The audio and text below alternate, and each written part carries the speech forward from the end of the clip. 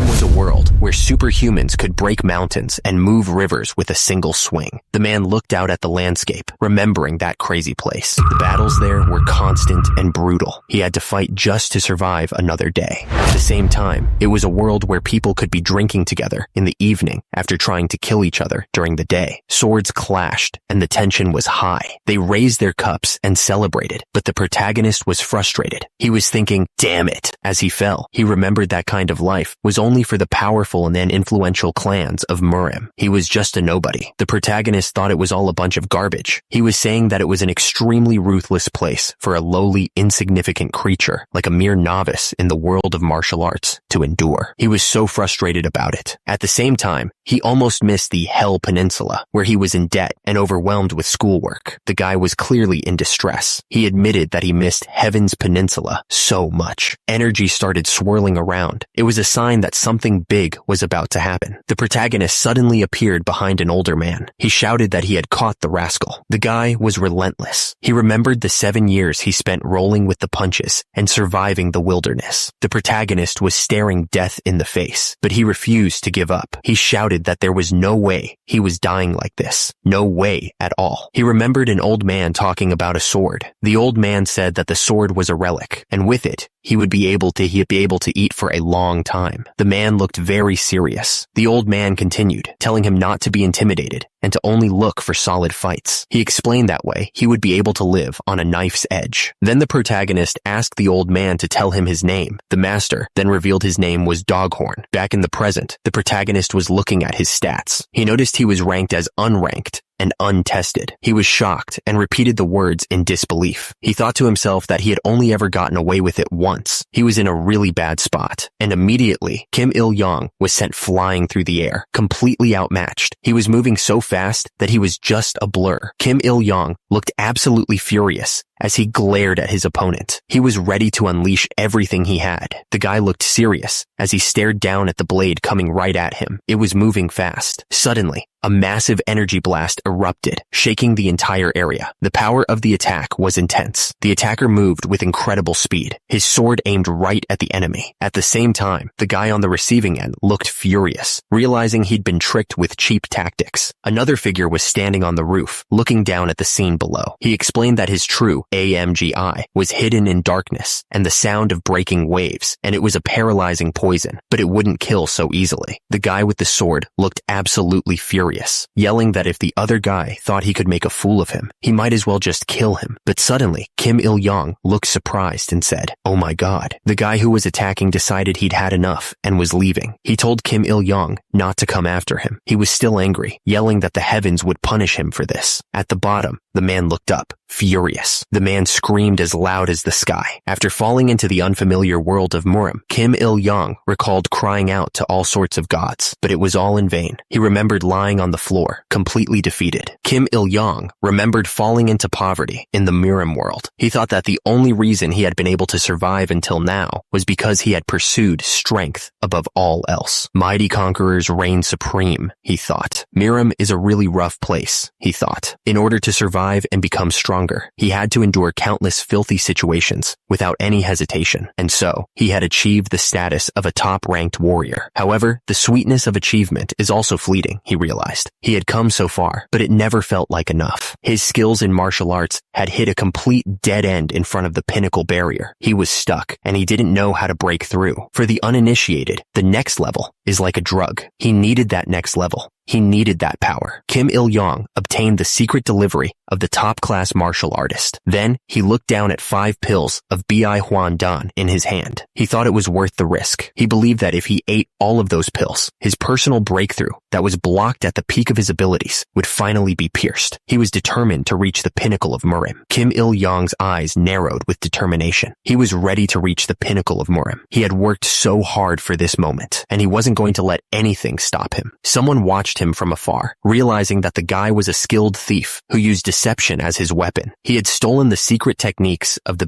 Bi Huan Dan and the Mu Gong Bai Jup. The observer was shocked by this revelation. Kim Il-yong was suddenly confronted by the observer. The guy asked him what was up and if he was being uptight again. He hadn't realized the other person was so close to him. Kim Il-yong fired back, asking who the bald guy was calling rude. He insisted that he didn't do an ambush. He then asked if the bald guy was so confident that he could take his neck at any time. He called the bald guy cheat. Kim Il-yong asked who the bald guy thought he would turn to. He said fortune-telling meant nothing to him. He had learned and mastered it himself, so why should he rely on it? The bald guy said that the secret medicine special techniques were for the future successors of their Amifa clan. He told Segma to remember that, and immediately, Kim Il-yong realized he messed up by stealing from the Amifa clan, thinking he was screwed. The bald man said that stealing the clan's elixirs and secret techniques was a crime punishable only by death. Kim Il-yong thought he was done for, as he wondered who was going to make it easy for him too. Kim Il-yong paused, confused by the situation. He looked around, trying to figure out what was going on. The sword came down with deadly force, aimed right at him. At the same time, Kim Il-yong remembered a time when he was a beggar, calling out for his master. He felt his life slipping away, like it was all for nothing. He wondered how he even made it this far, only to end up like this. He thought this was not how it was supposed to end. He thought he was about to die, just like before. He was ready to give up, but everything went dark. He was out cold. Suddenly, Kim Il-yong shouted, denying everything. He was standing in the middle of the classroom, looking around completely lost. Kim Il-yong was completely disoriented and shouted, wondering what the hell was going on. He looked around, trying to figure out where he was. Upstairs, the students were looking at Kim Il-yong with confusion. The professor asked him if he had suddenly gone crazy. Downstairs, the professor seemed annoyed, tapping his pointer on the desk. Kim Il-yong was still trying to process what was happening. He wondered if he was back on Earth, asking if this was real. The professor repeated his question, wondering why the student was yelling all of a sudden. Kim Il-yong thought he was dreaming, but it felt too real to be just a dream. The professor was waiting for an answer. Kim Il-yong just stared at him, completely lost. He asked the professor what was going on, still trying to figure out where he was. Kim Il-yong, with tears streaming down his face, suddenly demanded that the professor hit him with the pointer. He seemed desperate for something to happen,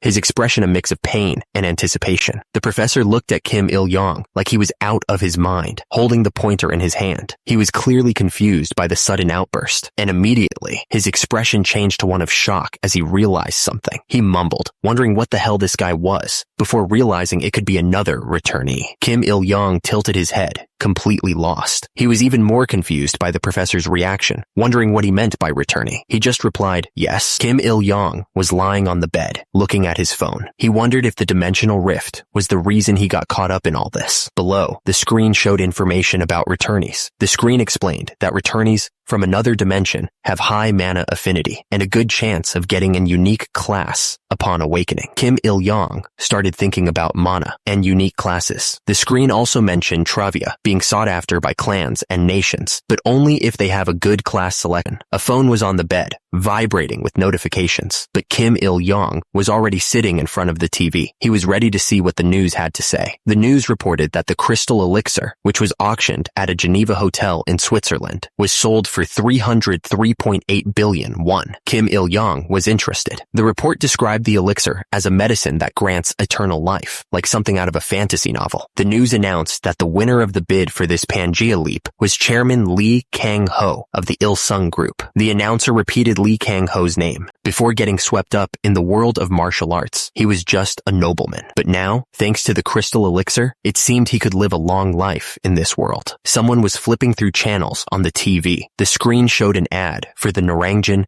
Knights and Wizards Academy, promising to help people awaken their inner adventurer with the help of veteran adventurers and instructor Kang Sejin. The ad encouraged viewers to call now. The next ad showed magical interpreter earmuffs that let you understand any language just by putting them on. It then switched to an ad for Feng Li Wan, who could make your bust fuller and increase your self-confidence. The ads were pretty wild. Kim Il-yong laughed at the TV, but immediately he fell back onto the bed. So, Kim Il-yong decided to get things straightened out. The screen showed a text box explaining that one day, a sudden and mysterious dimensional portal connected to the peaceful Earth, and through that connected passage, a god named Jamoshin from Pangea came to speak to humanity on Earth. It was all so sudden, so Jamoshin Osiris greeted the other worlders, which sent shockwaves around the world. The guy in the suit looked surprised by what he was hearing. In the middle of all the shock and confusion, Jamoshin Osiris proposed a partnership and exchange to the Earthlings. Jamoshin Osiris's subordinates were those who drank from him in their dimension, Pangea. In other words, he told everyone that if they hunted a monster, he would let them have all the rights to it and the loot from that monster. And the result, as you can see on TV right now, was adventurers. Some powerful monsters have mana stones in their bodies that contain energy for processing. The mana stones were synergized with the mana circuits that Jamoshin had taught them, revolutionizing Earth's energy industry. Planes and cars now ran on mana. Plus, there was a variety of mana-containing materials, from monsters and mysterious artifacts scattered throughout Pangea. There were healing potions that could cure wounds in an instant, various magical weapons and artifacts, and elixirs that could revive anyone as long as they're still breathing. Kim Il-yong was back on Earth, and he couldn't help but laugh. He was so happy to be back. He wondered what had changed while he was gone. He looked thoughtful, maybe remembering something from his past. He was trying to figure out what he wanted to do now. He had wanted to escape so badly from that other world. But now that he was back, he realized he missed his martial arts skills. He felt a great sense of loss. Kim Il-yong saw a contact on his phone, and his eyes widened. He wondered if it was who he thought it was. He asked if it was Soon Chang. Soon Chang Park answered the phone, sounding super excited. He was happy to hear from Kim Il-yong and said he really did come back after 4 years of disappearing. Soon Chang Park was saying that it had been 7 years since Kim Il-yong left this world. He thought the concept of time was weird. He explained that some people spend 10 years on the other side and come back in a year. He told him to be thankful that he made it back. And then he mentioned hearing that Kim Il-yong told his professor to beat him up or something. Soon Chang Park asked if the rumor really got that far already. He said that news of a returnee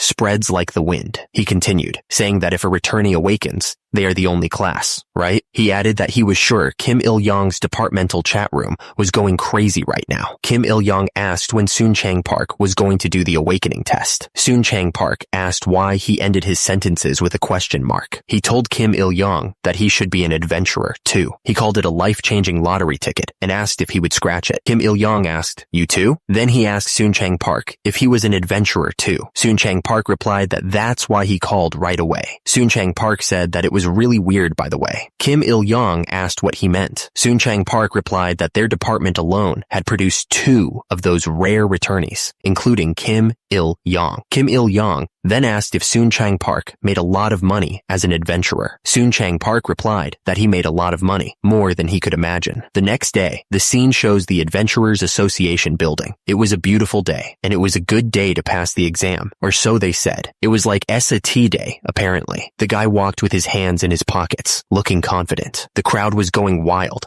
cheering on Adventurer of Applied Sciences Major Kim Jin-mo, telling him to challenge one of the major clans. Meanwhile, another guy was telling someone that his instructor said he had never seen a stone head like his before, and with that kind of hair, he was sure to get noticed by the gods. A woman told Jia that the god of magic had a high level of pride, so she must always behave politely around him. Jia replied that she had been working on everything for today, and that she was going to be a wizard just like the other woman. At the same time, a man was cheering himself on, saying he was the only one with no one else. Suddenly, someone yelled that there was a returnee. The crowd started pointing and whispering, confirming that it was indeed a returnee. The guy looked up, asking what the hell was going on. He was clearly confused by the commotion. At the same time, the crowd was going wild, shouting about a returnee and demanding the story. The guy put his hands up, saying that he hadn't even created a signature yet. He seemed pretty nervous about whatever was happening. Someone shouted, telling people to get out of the way. Meanwhile, another guy looked around with a confused expression, wondering if they were talking to him. The guy was surrounded by people, but he insisted that he was just standing there and not even looking at them. He seemed a little overwhelmed by the attention. Turns out, the crowd was swarming returnee Honghua Yan, who was apparently the second returnee from her family. But the guy who thought they were talking to him was relieved, realizing it wasn't him after all. The crowd swarmed Honghua Yan, asking if she had any awakening tips from her brother, who was apparently a S-class adventurer. They also wanted to know if her family specialized in awakening adventurers. At the same time, 2 guys were talking, with one asking where the hell the other returnees were. The other guy responded, letting them know he was right behind them, calling them jerks. The atmosphere in the team room was heavy. A guy was standing in the room, looking around. He seemed to be taking it all in. It was announced that the awakening tests for prospective adventurers were coming soon. The test was an adventurer awakening test, conducted with a divine stone, and they wished everyone the best of luck with their exams. Below, a man walked towards a podium, ready to speak. The crowd was running, creating a lot of noise. It looked like something had happened. Below, a man looked surprised, muttering that was fast. A woman spoke up, announcing that they were going to get started with the awakening test. She looked determined and ready to begin. The cloth was lifted, revealing a pedestal that seemed to glow from within. Everyone watched with anticipation, wondering what was about to happen. The instructor told the next person to put a drop of battle marks on the glowing orb. He waited patiently, watching as the next person stepped up. The drop of battle marks fell onto the orb, causing it to glow even brighter. As a result, the man's face was bathed in red light, and he looked nervous. The man felt a jolt as the orb reacted to his battle marks, and immediately, he yelled out that God had spoken to him. Overwhelmed by the experience, the instructor read the results, telling him he was in luck. Turns out, his name was Kang Baek-chul. He was level 1, and his class was Vanguard. The man was shocked, saying he couldn't believe it was all about levels and stats, like a game. The instructor congratulated Mr. Kang, telling him that his class was classified as a high-level Vanguard, and immediately, Kang Baek-chul started cheering, saying that his son had finally done it, and that he was set for life. At the same time, the Pangea guide explained that Vanguard was a fearsome class that leads from the front and crushes enemies. Meanwhile, the observers were already taking notes, saying that these rookies were worth keeping an eye on. They added that even though he might not have much hair, he was a talented young man. The representatives of the 5 major clans were starting to move, likely trying to recruit the new talent. But Kim Sang-ji was not having a good day. His status screen revealed that he was a level 1 porter, and he thought to himself that he was a low-class porter. Kim Sang-ji kneeled down, thinking that this couldn't be happening to him. As a result, the Pangea guide informed everyone that porter was the lowest class, practically a class that struggles with adventure activities, and that it was better to give up on Pangea and return to everyday life. Next up was Jia, and the instructor told her that she was a novice adventurer and a wizard class. She added that although her class was intermediate, her mana was measured to be very high, and immediately, Jia thanked her, saying that now she could be a wizard like her dad too. The man in the suit thought that mana was a natural gift, something you couldn't train like physical skills. He remembered that it was a good thing he had gotten some training in this area from that rascal, Sun Chang. The instructor called out for the next adventurer, Miss Hong Hua Yan. Hong Hua Yan had been called up to the front, ready to show off her skills. Hong Hua Yan dripped some battle marks onto the new stone, muttering ash under her breath. The drop of battle marks landed on the stone with a soft thud. As the battle marks soaked into the stone, a message appeared, Pangea's God System. A strange energy pulsed from the stone, reaching out into the cosmos. The system returned, bringing with it a message. Where a beautiful God is, beauty will also stay. Please keep order. The words seemed to echo through the very building. The first man yelled to get out of his way, saying that he had picked this one. He was ready to fight anyone who stood in his path, and immediately, a second man yelled back, telling him to get out of the way too. The first man asked what was going on, stating that he was done. He suggested that they make a deal. Below them, a cloaked figure demanded they get out of the way, wondering what that abomination was.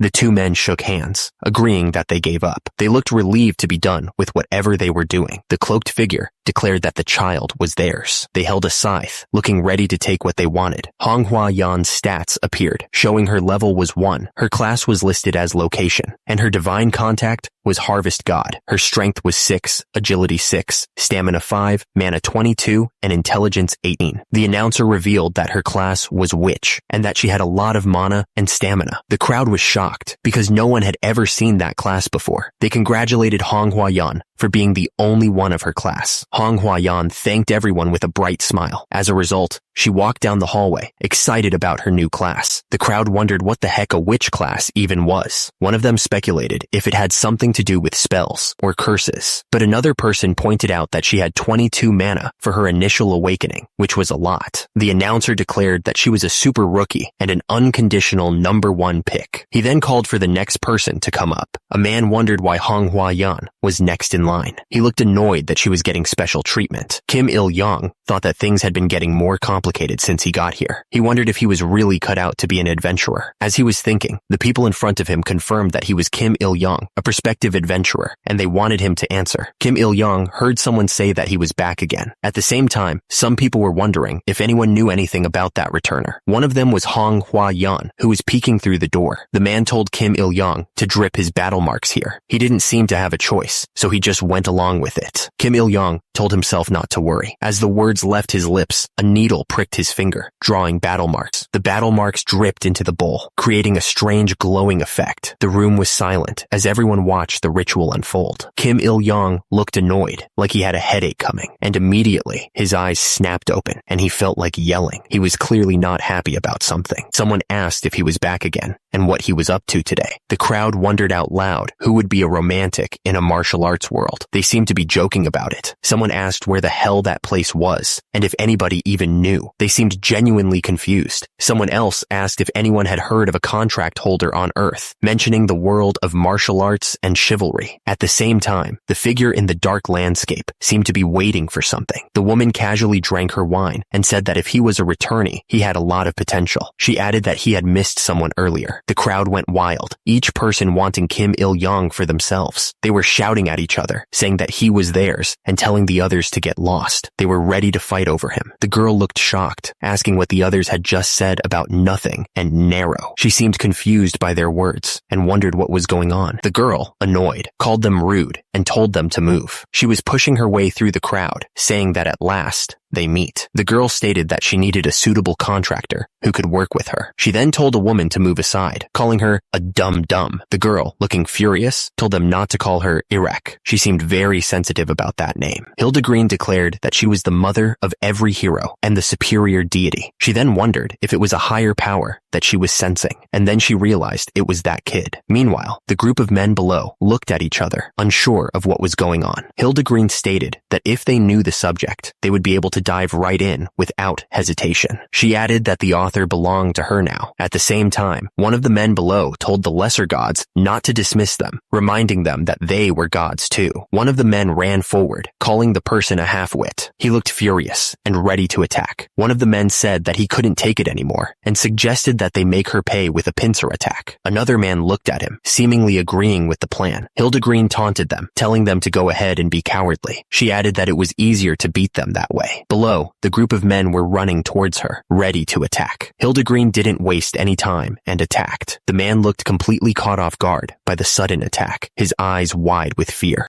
Kim Il-young felt like his head was spinning. He muttered, asking where he was. Hildegreen looked down at him and cheerfully asked if he had finally opened his eyes. She was grinning like she was really happy to see him. Kim Il-young was still trying to get his bearings, wondering where he was. He wondered if he was experiencing the legendary power he had only heard stories about. Hildegreen explained that they were somewhere among countless dimensions. She added that it was the anniversary of the founding of the heavenly land, and that this place was only allowed for today. She then asked him who he was, before quickly clarifying that she was asking about herself. Hildegreen declared that she was the mother of all heroes and a living legend. She was Hildegreen. She seemed to be thinking about something, wondering if the god of heroes was auspicious or inauspicious. Hildegreen asked the child of Earth, meaning Kim Il-young, what his name and dream were. She seemed curious. Kim Il-young wondered why she would ask that in the first place, confirming that she was talking to him. Kim Il-young knew that lies didn't work with gods of contracts. He'd rather go out with a bang. He stated that his name was Kim Il-young, and his dream was to live off his own skills in this life. Hildegreen was confused and asked what he meant by living off of life. Kim Il-young explained that he wanted to become a landlord who collected rent from adventurers every month. He was thrilled at the prospect. Hildegreen looked at him, wondering if those who were chosen by this heroic god were just going to let life walk all over them like that. Hildegreen explained that there was a catch to all of this. She said that he had to be from the world of nothingness and consultation. Kim Il-young replied to Ms. Hildegreen that there was martial arts where he was from, but there were no chivalrous individuals. He also admitted that he wasn't particularly skilled in martial arts either, just a lowly swordsman who scraped by during the day. But at night, he was a formidable warrior. At the top, Hildegreen was surprised that he was a lowly swordsman, defining it as a mercenary. She She thought that was a good thing because mercenary kings could be heroes too. But then she asked what an amphipasic group was. Kim Il-yong was standing in front of her. At the bottom, Kim Il-yong was standing in front of her, and Hildegreen was wondering what an amphipasic group was. Kim Il-yong explained that it refers to a person who tries to redistribute wealth by sneaking into other people's homes and stealing their riches and treasures beyond their walls. Hildegreen was shocked, realizing that it was just a fancy word for thief. She wondered if thief was the right word for him. Kim Il-yong confirmed that was right, realizing that maybe he was too honest. At the bottom, Hildegreen was furious, calling him a thief and asking what he was so proud of. Hildegreen was starting to panic because they had already met, so the contract was unavoidable. She realized she messed up. Because of that, she declared that she would tear him apart and fix his way of thinking to make him a hero. Kim Il-yong was confused, asking what that nonsense was supposed to mean. He pointed out that being a hero wouldn't help him get through life at all. He looked annoyed by the whole situation. Kim Il-yong asked if hero was just another word for sucker. He couldn't help it, so he declared that he would become a contractor in secret. He was floating away from Hildegreen. Kim Il-yong refused, saying that he needed a god of martial arts or a sword saint, not just a simple body transformation god. Hildegreen was completely shocked by his arrogance. Hildegreen called him a stupid, arrogant earthling, telling him to go home. She punched him hard, sending him flying away. Kim Il-yong was sent flying by the punch, and he couldn't understand why he had fallen. He wondered if he had even been hit at all. He looked around, confused. Immediately after, he was holding his neck, asking what kind of violent god would do that. Hildegreen declared that prospective adventurer Kim Il-yong's awakening was complete. Kim Il-yong was on the ground, wondering what his class was. Hildegreen pointed, showing Kim Il-yong's stats. It showed his name, level, class as Ronin, divine contract with the god of heroes, and his title, foolish and arrogant earthling, along with his strength, agility, stamina, mana, and intelligence. Kim Il-yong smirked, remarking that the little god had a way with words. He wondered if a Ronin class even existed. At the same time, some guys were overhearing the conversation, and one of them declared that it must be the only class. Kim Il-yong was surprised, wondering if another unique class had appeared. He thought he had seen a mana star, but he wondered if he was wrong. He then asked if he couldn't use a skill without mana. He checked his stats again. Kim Il-yong then realized he was wearing a pearl necklace around his spine and wondered what he could do with it, since he was the only one in his class. He seemed disappointed. The guy with the blonde hair congratulated Kim Il-yong on being the only one with the Ronin class, but then he added that his mana was terrible. Kim Il-yong just replied with a,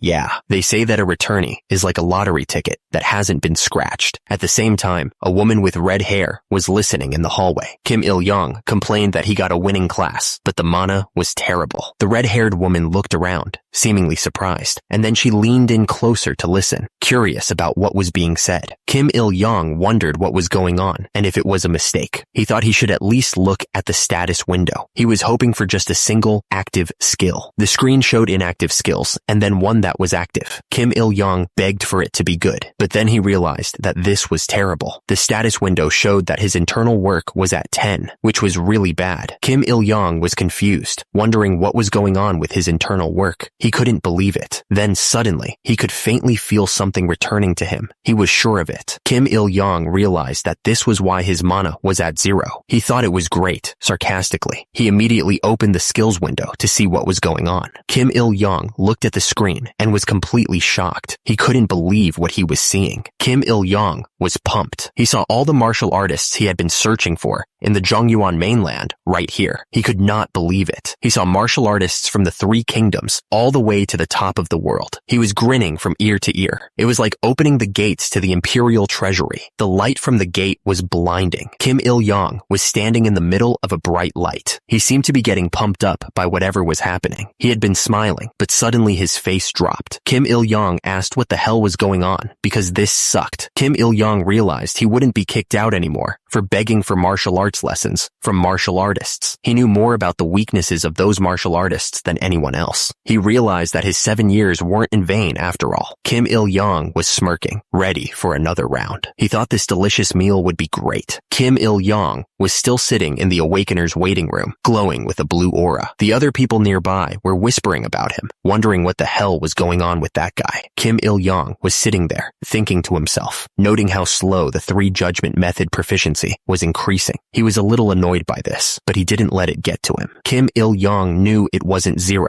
but it was still slow and steady. He realized that he needed a higher level inner core method, and he wondered if leveling up was the answer. He was determined to acquire all the martial arts he had only dreamed of. Do-yoon Lee addressed the prospective adventurers, acknowledging that the test was tough. He mentioned that the Taichiang clan had prepared a cheering drink for them. He then asked if they had any plans for the future. Hong Hua Yan explained that their clan was offering an unbeatable deal. Someone in the background was thinking that they were jealous of her because the snobby Big 5 clans were begging her to join. They also noticed Jia around Hong Hua Yan. It seemed like everyone was interested in signing Hong Hua Yan, calling her the princess of the group and a wannabe S-rank adventurer. They heard that she had the only class with perks that leveled up, and they envied her. Meanwhile, the crowd was getting a weird vibe, wondering what was going on. The crowd was clearly trying to figure out what was happening, but one guy thought that the situation was ice cold because even the Gunsu clan officials were out of business. The guy's face showed that he was not happy with the situation.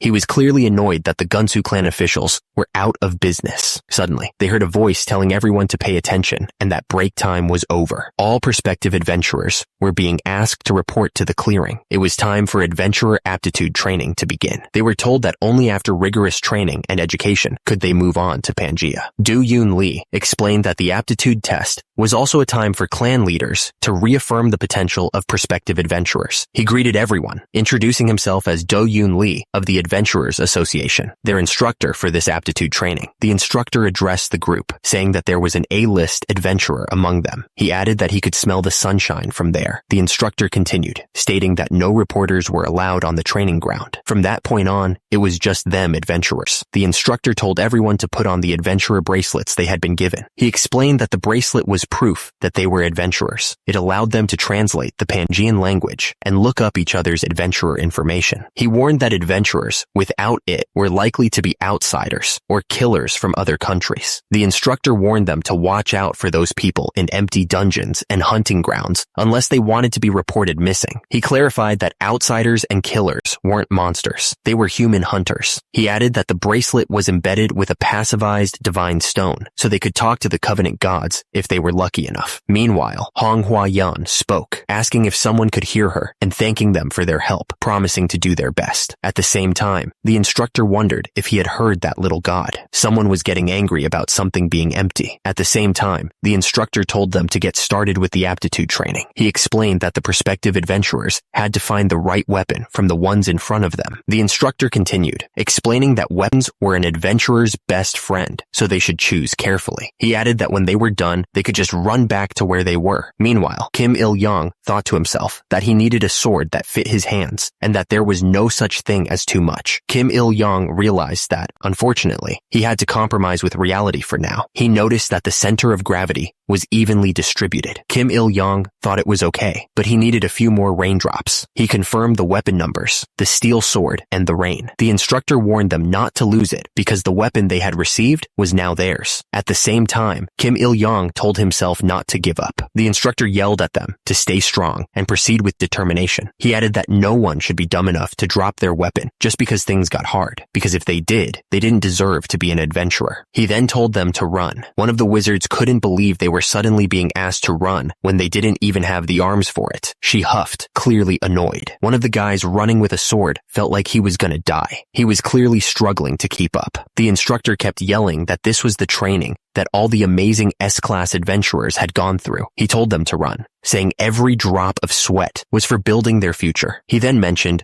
building owner Kazuha, a S-class adventurer, and told them to just wait. Everyone's morale was charged. Kim Il-young thought to himself that he was the one who started out as a beggar and ended up as a first-class citizen. A foot stomped down, declaring that he could never lose. Kim Il-young screamed, frustrated that it was so hard to make a living. He was clearly at his wit's end. Suddenly, a notification popped up, saying that a request had been generated. Kim Il-young looked at the screen, confused. He wondered if something like that even existed. The notification showed showed the request name, Road to Becoming a Hero. It also said the difficulty was the lowest possible. The screen then listed the request details. It said a hero, who was gasping for breath, was not attractive, so they had to train their stamina. As a result, Kim Il-young was thinking that the reward was way too small for something at the lowest difficulty. The request's name was displayed again, Road to Becoming a Hero. Kim Il-young wondered what was more, a hero. Kim Il-young looked at the screen and said, wow. He seemed genuinely surprised by what he was seeing. Kim Il-young thought to himself that this nobleman was still dreaming the wrong dream. He was clearly frustrated by the whole situation. Kim Il-young looked at the training request with a serious expression. He was thinking about what he should do next. The screen showed the details, running, push-ups, and sit-ups. Kim Il-young was thinking, oh God, why did you give me such a trial? He figured gathering experience points little by little was better than doing nothing, right? The screen showed he needed to do 150 reps to get a muscle strength stat of 1. Kim Il-young realized stats were really important. The details of the request were still on the screen. Kim Il-young was getting annoyed and asked himself if he really had to do this. Kim Il-young was clearly not happy about this training. He was annoyed and decided to ask what the real intention was behind it all. Kim Il-young looked totally confused and asked Ms. Hildegreen what this was all about. He looked like he had no idea what was happening. The bracelet glowed as Kim Il-young thought to himself that this goddess was really persistent. He wondered if this was just her style as a brat. The screen showed the title of the request, The Second Path to Becoming a Hero. It also showed his achievements, like running 6,800 out of 7,000 meters and doing 290 out of 300 push-ups. He was so close to finishing. Kim Il-young kept running, but he felt like he was about to die. He was pushing himself to the limit. Even after finishing the sprinting exercise, Kim Il-young kept training. He didn't even know how to rest after completing the first request, so he just kept running. Kim Il-young felt like his body was completely numb. He couldn't even scream to stop himself. He was so tired. He felt like he was about to die right there. But the young master kept running and running, pushing through the pain. He finally completed the 7,000 meters. Kim Il-young kept running, gasping for air. He was pushing himself way too hard. It turns out that in martial arts, there's a big secret about passing on skills. People don't just share them. But here, martial arts were spread like a buffet under the name of skills. The protagonist realized this was an incredible chance to break free from being weak. The young master slammed his hands on the ground, pushing himself up with a grunt. He asked himself how he could rest with that in mind, clearly frustrated with his limits. He remembered the instructor's words echoing in his head. He had said that training never betrays you, and the more you sweat, the stronger you become. Kim Il-young kept pushing himself, doing push-ups. He counted out loud, 1, 2, 3. His body was shaking, but he refused to stop, and with each push-up, more sweat poured off him, hitting the ground. Every single drop, he knew, was building his future. Kim Il-young gritted his teeth, pushing through the pain. He forced out another rep, yelling 4 as he struggled to complete it. Someone noticed Il-young working so hard. He wondered why that person was acting like that. The others started talking about him, laughing at how he had to rely on his body because he didn't have any mana. They thought it was stupid, wondering how he could become an adventurer without skills. Kim Il-young ignored the haters and kept doing his push-ups. He was determined to get stronger his way. He gritted his teeth, sweat dripping from his face. He didn't care if they laughed. He was going to go his own way. He pushed himself to 10.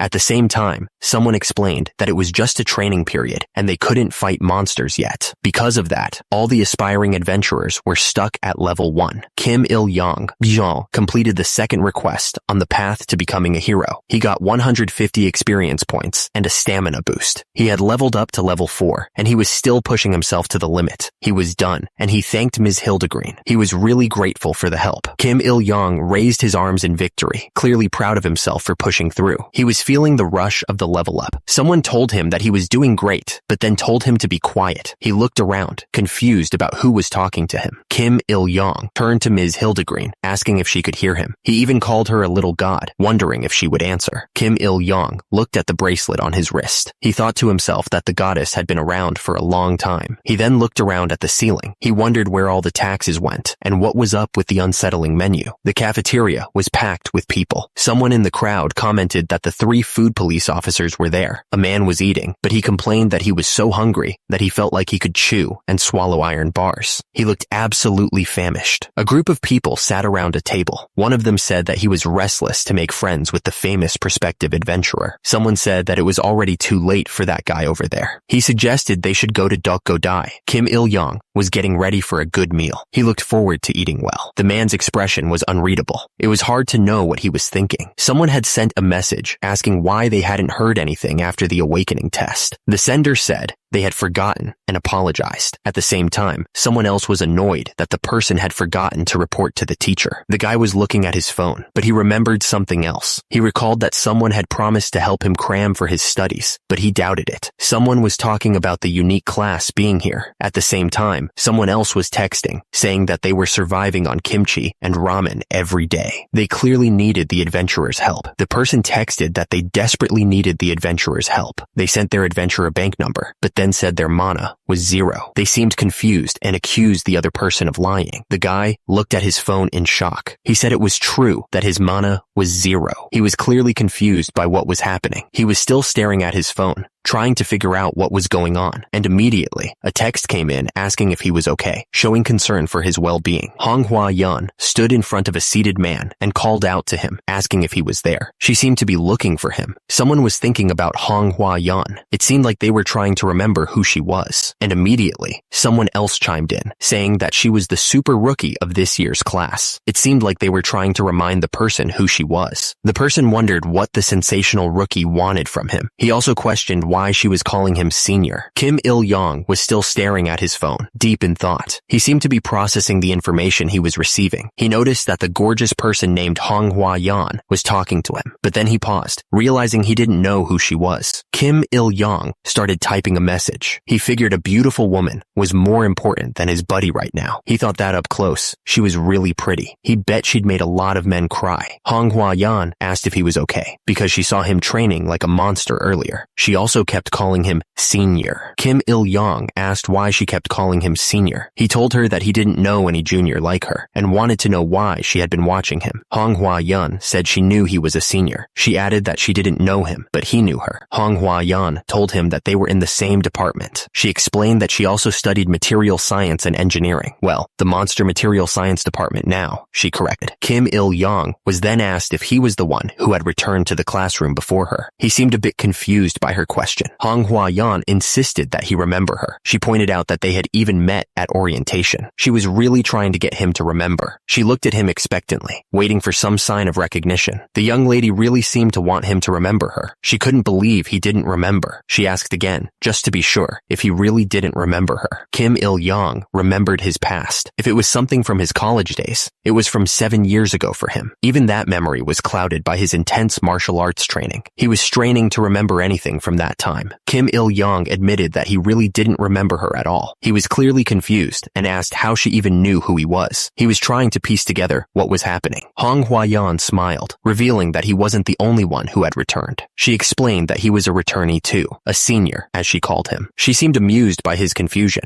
Hwa-yeon continued, explaining that the department group chat had been very noisy because of him. She said that there was no way she couldn't know who he was. She seemed to think it was obvious. Turns out it wasn't a surprise, considering 2 reincarnated students came from the same department. It was quite the coincidence, really. The situation was starting to make sense. Hwa-yeon revealed that there had been rumors about a senior high school student coming back. She seemed to be enjoying this bit of gossip. She continued, explaining that the senior had done a strange dance during a chess competition. She admitted that she couldn't forget his face after that. It was a flashback to a time when Kim Il-young was wearing a tiger suit. He was dancing with his arms raised, clearly not embarrassed at the time, and immediately Kim Il-young remembered. He realized it was his shameful history from 7 years ago. He was starting to regret his past actions. Meanwhile, Kim Il-young looked like he was in pain. Kim Il-young exclaimed that he almost forgot about what happened 7 years ago. Hwa-yeon asked if he had come back after all those years, clearly amused by his reaction. Hwa-yeon smirked, saying that it was no wonder Kim Il-young couldn't remember anything. She pointed out that she had only been back for a year. She seemed to be enjoying his confusion. Hwa-yeon continued, telling Kim Il-young that he didn't have to go around networking like the others. She smiled warmly, trying to make him feel at ease. Hwa-yeon leaned in slightly, suggesting that he just call her Hwa-yeon comfortably. She seemed to be trying to build a friendly relationship with him. She added that she found it more fun fun talking to her senior. She smiled, making it clear that she was interested in continuing their conversation. Meanwhile, another guy watched them from across the room, lost in thought. He seemed to be calculating something, his expression unreadable. Someone suddenly exclaimed, recognizing Hua Yan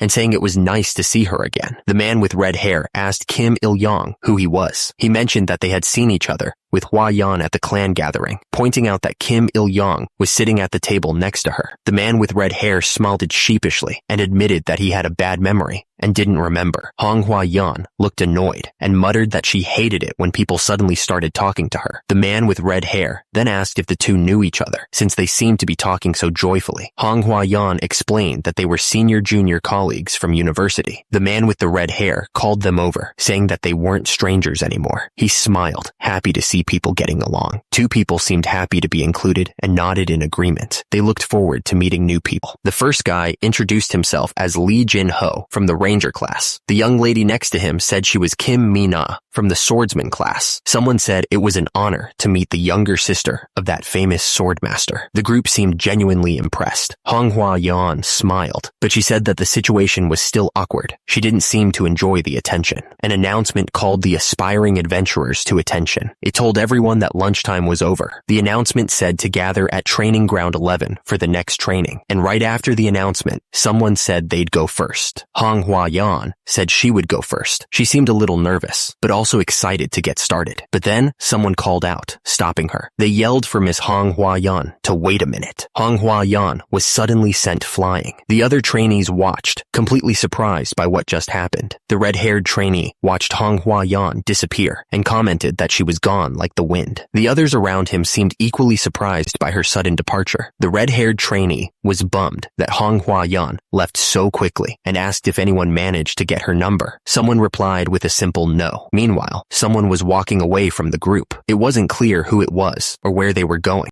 As the man walked away, the red-haired trainee changed the subject. He asked if anyone wanted to join him for training, saying that training was the only way to survive. The man glanced back with a slight smile, wondering if there would be another mission this time. He seemed eager to get started. The group started moving forward, their footsteps echoing in the training area. The sounds of everyone walking together filled the air. The instructor yelled, asking if everyone had eaten well before coming. The students responded with a loud, "Yes!" Another trainee shouted back, confirming that he was ready to go. The instructor grinned, telling them to digest their food now, because this training involved a mock dungeon. He looked like he was enjoying this. The instructor explained that ugly goblins were waiting for them inside the dungeon. He quickly added that it wasn't that dangerous, trying to reassure them. The instructor told the group that the enemies they were about to face were tough, but he added that they were perfect to show off the skills they had been training. The instructor then revealed that they would be fighting a training chimera. The chimera was made from the bodies of mutated slimes and goblins, which sounded pretty nasty. The instructor also warned them that the goblins had weak attacks, but strong defense. He explained that this was due to hardening magic on their skin. The goblins looked ready to fight. They were all crouched down, waiting for the signal to attack. Kim Il-yong was excited. He said he was already feeling restless and wanted to test the martial arts he had been practicing. Kim Il-yong smirked. He had registered some of the approved third-rate martial arts as skills, ready to level up. The screen showed his skills: triple blade technique at 4th rank, 6 harmony fist at 2nd rank, wind blade technique at 1st rank, triple heart technique at 2nd rank, and 5 element step at 1st rank. Not bad for a beginner. The instructor announced that the training would be done by forming a party autonomously. He looked pretty serious about it. Kim Il-yong looked surprised. He asked why he was so shocked. Because hunting in Pangaea was usually done in parties or clans. He realized they needed to experience group battles firsthand. He thought they would form their own group and proceed with the training, comparing it to a college group project. The instructor continued to explain the rules. The trainees listened carefully, trying to understand what was expected of them in this timed challenge. The instructor then announced that the training would be done in time attack mode. He added that the results would be visible to all clan members. The instructor gave them a knowing smile. He asked if they knew what they needed to do to impress impress everyone. Kim Il-young looked annoyed. He realized the faceless ones were grouping together, leaving him out. Kim Il-young cursed under his breath. He knew this would happen, and he regretted not working harder to build relationships with the other trainees. Hong Hua-yan spotted Kim Il-young in the crowd. She thought to herself that she had found the right person. Hong Hua-yan walked up to Kim Il-young and asked him if he wanted to team up with her. Kim Il-young looked surprised by the sudden invitation. Hong Hua-yan looked annoyed that Kim Il-young wasn't speaking properly. She told him not to skip words like that. Kim Il-young tried to recover smoothly, asking if they could have a party together. He was trying his best to sound like he knew what he was doing. Hong Hua-yan smiled, noticing his discomfort. She teased him, saying that he must hate this, and that his face was burning up. Hong Hua-yan seemed a little offended, asking if he disliked her that much, that he would reject her with just one look. Kim Il-young denied it immediately, saying that wasn't the reason at all. He looked a little nervous, trying to explain himself. Hong Hua-yan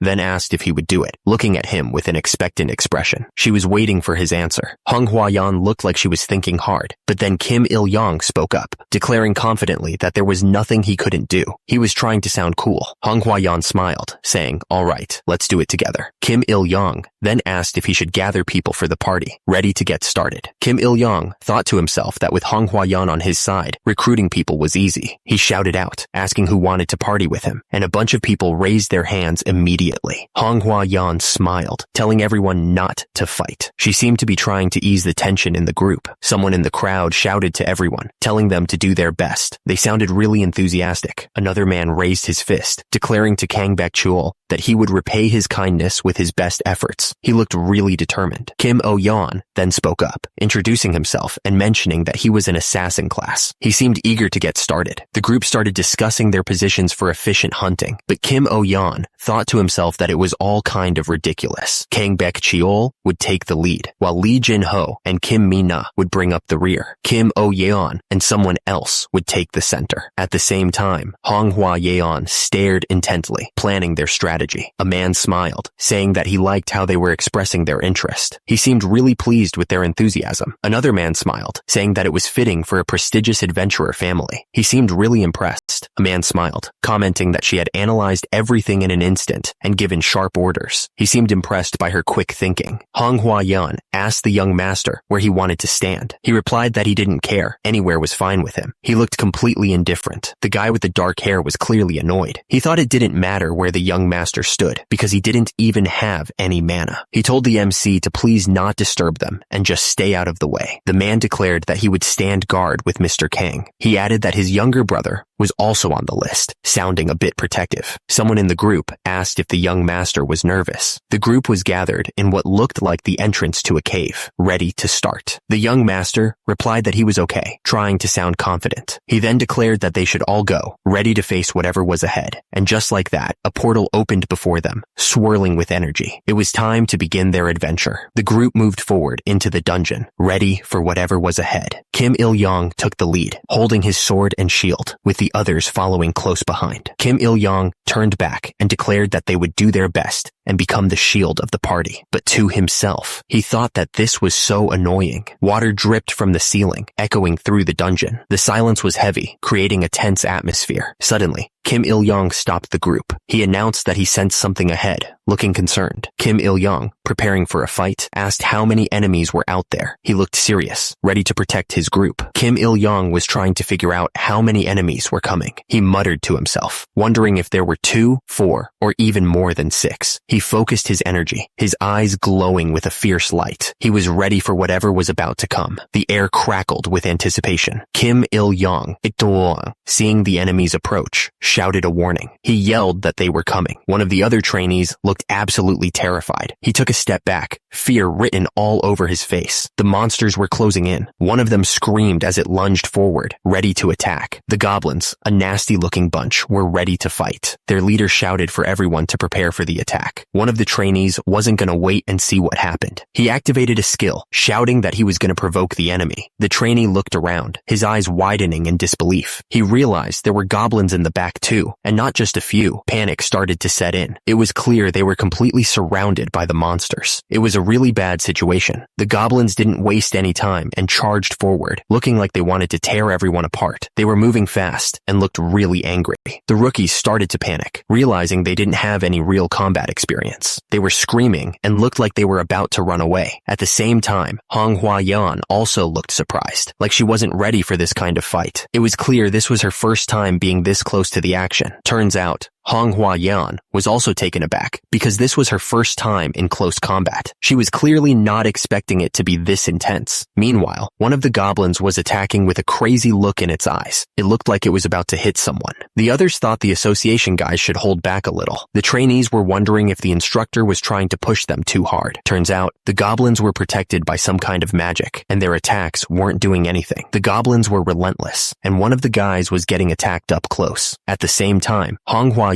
was trying to blast the goblins with her magic, hoping to break through their defenses. The goblin was still attacking the man, and he looked like he was in serious trouble. He was screaming, trying to fight back, but the goblin was too strong. The goblins kept attacking, and the trainees were getting pushed back. It was clear that their skills weren't working well against the goblins. Manhwa looked really stressed out, like she couldn't handle the pressure. She was frustrated that she couldn't even use her abilities properly, because she was so tense. Kim Il-young was starting to worry. He realized that at this rate, they were going to get wiped out. Suddenly, a system message popped up. Mission alert. The mission name was Proof of a Hero, and the details said, Crisis is the stage for heroes. Let's harvest the skulls of all the goblins. All right, our hero grinned, finally getting a mission he could sink his teeth into. It was time to get to work. Our hero was pumped. He thought to himself that he had been waiting for this. He knew this was his specialty, martial arts and fighting dogs. He had absolute confidence in his skills. Kim Il-young could feel it. He could feel the flow of his inner energy coursing through him. His muscles were reacting quickly, ready for anything that came his way. He realized his strength was being concentrated, building up for something big. Kim Il-young swung his sword, a purple energy trail following the blade. He was moving with incredible speed, ready to cut down whatever was in his path. The sword cutting through the air, the purple energy intensifying with each swing. The power behind it was undeniable. At the same time, the goblin screamed, clearly terrified. Kim Il-young realized there was no time to activate his skill. Meanwhile, he thought that in martial arts, everything should be instinctive. His eyes narrowed, focusing all his energy. He reassured himself that his body remembered what to do. The young master took a step forward with his left foot, beginning the form of the three-sword technique. Kim Il-young lowered his head, focusing his energy. The purple aura around him intensified, ready to explode. He slashed his sword, cutting through the goblin with ease. The goblin could only make a weird noise as it was cut down. Kim Il-young shouted that he could do all of this without any skills. He was feeling pretty confident. Manhwa looked completely shocked. She wondered how he could do that without any skills. Kim Il-young stood tall, surrounded by the goblins he had just defeated. Manhwa could only watch in disbelief. Kim Il-young didn't waste any time. He moved with blinding speed and slashed at the goblin. The goblin screamed, knowing it was about to be cut down. The goblin screamed as Kim Il-young's blade came down on him. He could only shout as the blade approached. The sword cut through the goblin's flesh with ease. It didn't even have time to scream before it was cut down. Kim Il-young looked back with a smile, clearly enjoying himself. He was ready for the next fight. He thought about the feeling he got when he defeated an enemy. It was a familiar sensation. He remembered the feeling of cutting through flesh. It was something he had done many times. The sword sliced through the goblin, and he could feel the resistance as it cut through bone. It was an oddly satisfying feeling. Manhwa watched the fight, her eyes wide with surprise. She couldn't believe how easily he was taking down the goblins. The goblin's head went flying, landing on the ground with a thud. The attack was brutal and efficient. The feeling of the blade cutting through flesh and bone was familiar to him. It felt almost intimate. A wide smile spread across Kim Il-young's face. He wondered if he had truly returned as a martial artist. One of the trainees looked at Manhwa asking what that had been just now. The woman's eyes were wide with disbelief at the power she had just witnessed. Manhwa was stunned. She couldn't believe that someone could cut down a hardened goblin so easily. She had never seen anything like it. Our hero didn't stop to celebrate. He kept moving forward, his sword ready for the next attack. He was completely focused on the mission.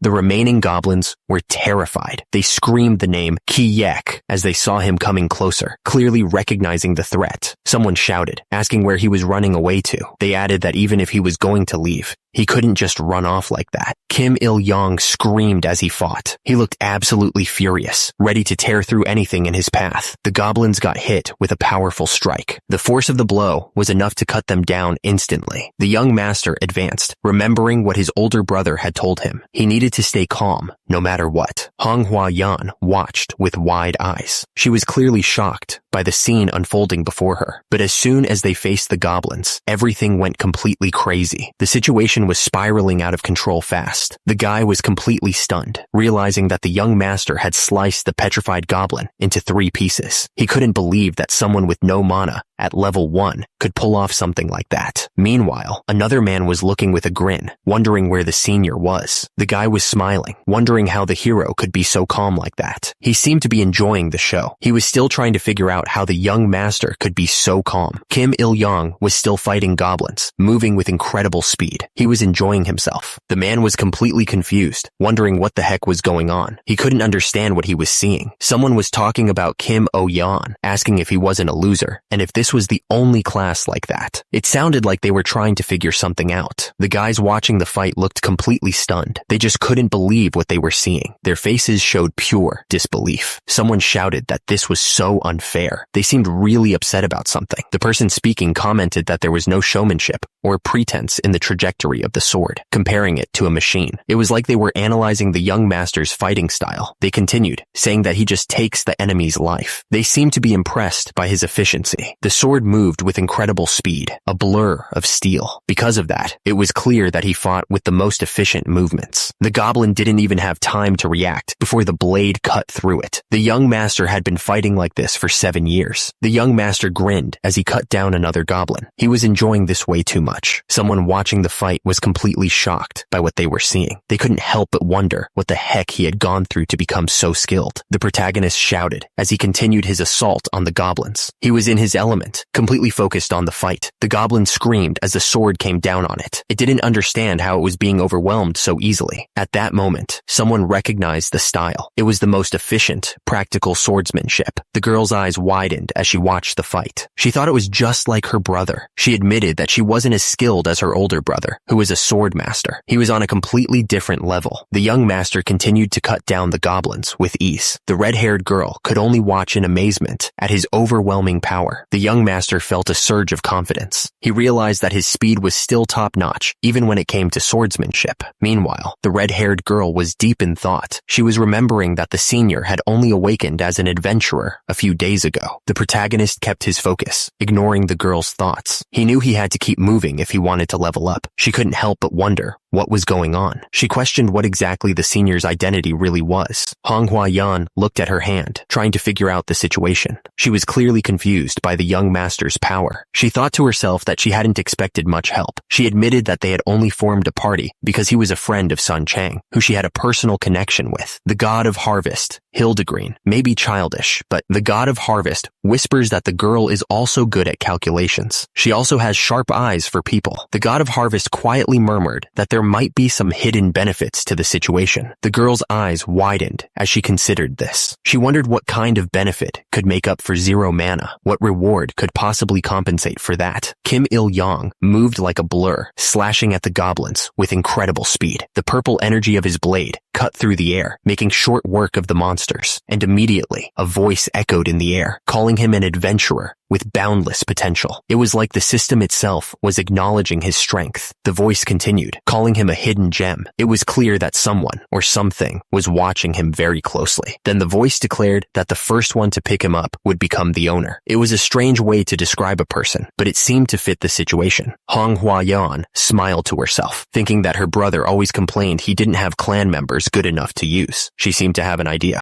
Hong Hua-yan was getting excited, thinking she might have found the perfect person for their clan. She thought to herself that she might have found someone. She continued, believing that if they succeeded in recruiting him, their clan would be a total success. The only problem was figuring out how to persuade their senior members. The system seemed to be reacting to his performance, and the text implied that if the god of harvest wanted him that badly, Hong Hua-yan would even use her own body to persuade him with a smile. She was clearly very motivated, but someone immediately shot down her idea, saying, what was she even talking about? No matter how much they wanted to recruit him, it wasn't going to be that easy. The god of harvest was laughing heartily. Apparently the joke landed way better than expected, and the reaction seemed suspiciously good. Manhwa was blushing a little, saying, "Oh my, really?" She seemed to be taking the joke a bit too seriously. Outside the association's viewing room, everything was quiet. The room was empty and waiting for something to happen. At the same time, some people were talking about the returnees. One of them asked if they could expect a new record this time, but the other guy immediately shut him down. The guy stated that there wouldn't be any new records because they had set the training difficulty level too high. They were clearly not expecting much from this group. The text clearly states who's in charge: Director Kim Ma-young. The man asked what the difficulty level was and why it was suddenly changed. He looked a little worried. The text says that Pangea is a bit complicated these days. The man explained that because of his own inner conflicts and the presence of outsiders, he had to train even harder this term. He seemed determined to raise the bar. The text declared that if you're an adventurer, you have to overcome all challenges with perseverance. It was a pretty standard motivational speech. The woman repeated the word perseverance to herself, clearly thinking about the weight of that statement. She seemed to be considering the implications of what was just said. The man turned to Mr. John, confidently saying that Manhwa's party would definitely be the fastest. He added that even manager Kim wouldn't dare to bet against them. The man went on, explaining that the person in question had received great teachings from their older brother. He also mentioned that their lineage was excellent, but another man questioned that statement, pointing out that the lineage hadn't actually been proven yet. He seemed skeptical about the claims. Someone else chimed in, arguing that it had been proven in Pangea. He explained that children born to magicians often showed talent in magic themselves. Someone commented that these days, there were many cases where adventurers were connected because of stories like this. It seemed like they were discussing how people find common ground in this new world. The woman looked at the man beside her and said that the world had become strange as she thought about lineage. She didn't seem to believe it was that important. The door to the dungeon started to shake violently. Cracks appeared around the edges, hinting at something powerful about to come through. A woman shouted that they were coming out. Everyone was focused on the door, waiting to see who or what would emerge. Finally, the doors swung open, revealing the exit from the dungeon. The tension in the air was thick as everyone waited to see who had made it through. Someone was breathing heavily after the fight. They were clearly exhausted. The adventurers were covered in battle marks and dirt, but they had made it through. One of the people watching commented that lineage was a real thing.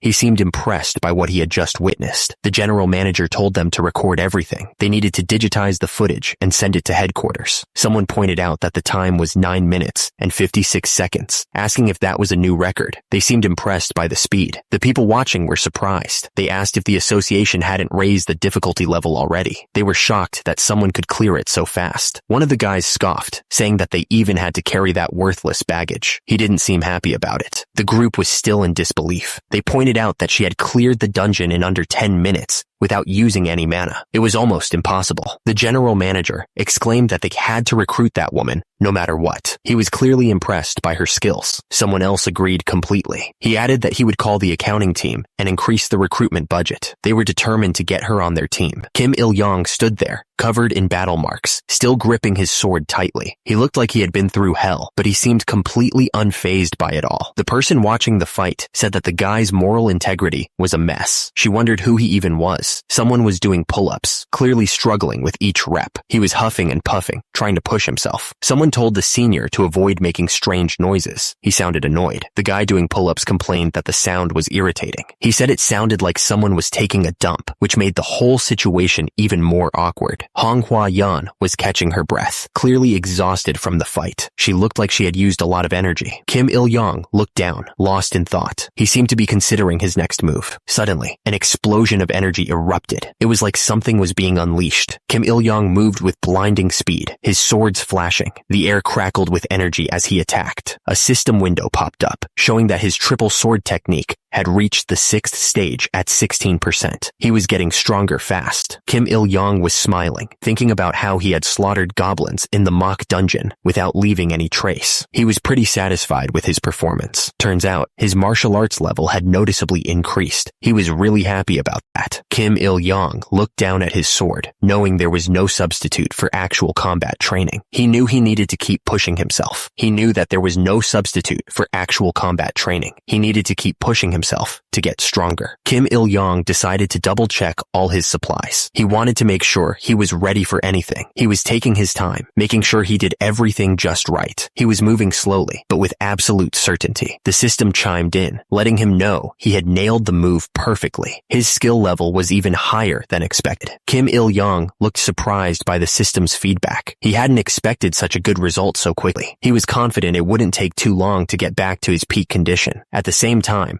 the RPG screen showed Triple Sword Technique, 7th form, 1%. Kim Il-yong smirked, realizing he could restore his cultivation level pretty quickly at this rate. He was definitely on the right track. Kim Il-yong was getting excited, realizing he might even reach the peak of his dreams. He thought about how he was addicted to getting stronger, and it looked like he'd finally achieve it back on Earth. He smirked, thinking martial arts was the only drug approved by the government. He was sure he made the right choice, coming back to Earth and becoming an adventurer.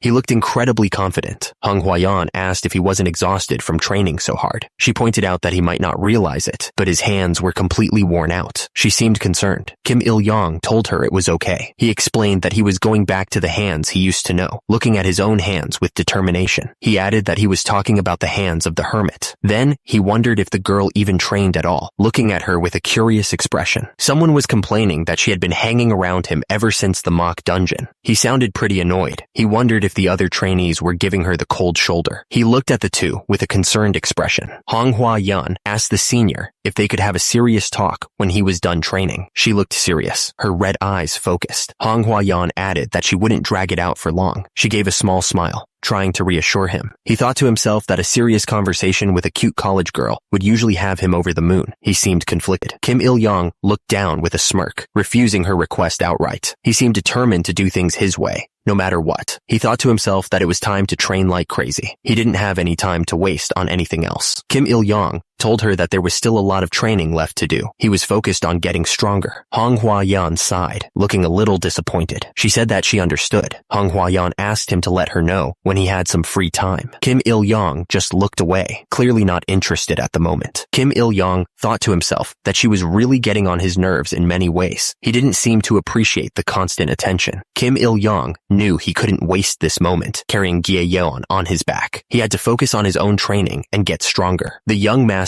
planned to train the wind technique, fist technique, and inner power technique. He knew that focusing on only one skill was a foolish act. Kim Il-yong started practicing his wind technique, moving with incredible speed. He was determined to master it. Suddenly, a notification popped up. Proficiency in the wind technique had increased. He was making progress faster than he expected. The young master continued to train, pushing himself to improve his skills. He saw that his wind technique was now at first stage, 15%. He was really happy with his progress and kept pushing himself. He thought to himself that he needed more and more training. Kim Il-yong smirked, ready and motivated to keep going. He knew he had to keep training to get stronger. He was determined to make the most of his unique class and its special benefits. The protagonist knew he couldn't afford to rest if he wanted to get stronger. The boy couldn't help but feel amazed by his good fortune. He thought Hildegreen might be an even more amazing god than he realized, giving him this chance. The hero god clicked her tongue, asking if he was just now figuring things out. Kim Il-yong looked up, a smile forming on his face as he asked if it was Hildegreen. The hero god simply nodded in response, confirming his suspicions. Kim Il-yong was still smiling, but he was also curious. At the same time, the hero god explained that it was because of the power of the gemstone on his bracelet. Kim Il-yong realized that she wasn't as all-knowing as he had assumed. He added that she could get angry like a human too, which he found interesting. Kim Il-yong looked at her, asking if she was completely angry now. He seemed to be pushing her buttons on purpose. The hero god exhaled through her nose, asking who was angry. She was trying to keep her cool, but it wasn't working. Kim Il-yong looked up again, and he declared that he had another question to ask. He was clearly enjoying this back and forth. The young master was smiling as he asked if the requests he sometimes saw were given by Hildegreen. He wanted to know how much control she really had. The hero god explained that her will was reflected to some extent, but most of the requests were based on unseen providence. She seemed a little annoyed to have to explain this. Kim Il-yong was ready to fight. He held his sword, and purple energy glowed around him, showing he was serious. He was thinking about what the hero god had said. He realized that if her will was reflected to some extent, Kim Il-yong asked if there were any easy requests where he could just swim and walk around. He wanted to find something something with low difficulty but high rewards, and he was smiling mischievously as he asked. The hero god firmly shook her head, denying his request. She explained that it was beyond her abilities to create something like that. Kim Il-yong was disappointed. He wondered if it was impossible to take advantage of her like that, and he seemed a little bummed out. Kim Il-yong looked down, thinking about what he should do.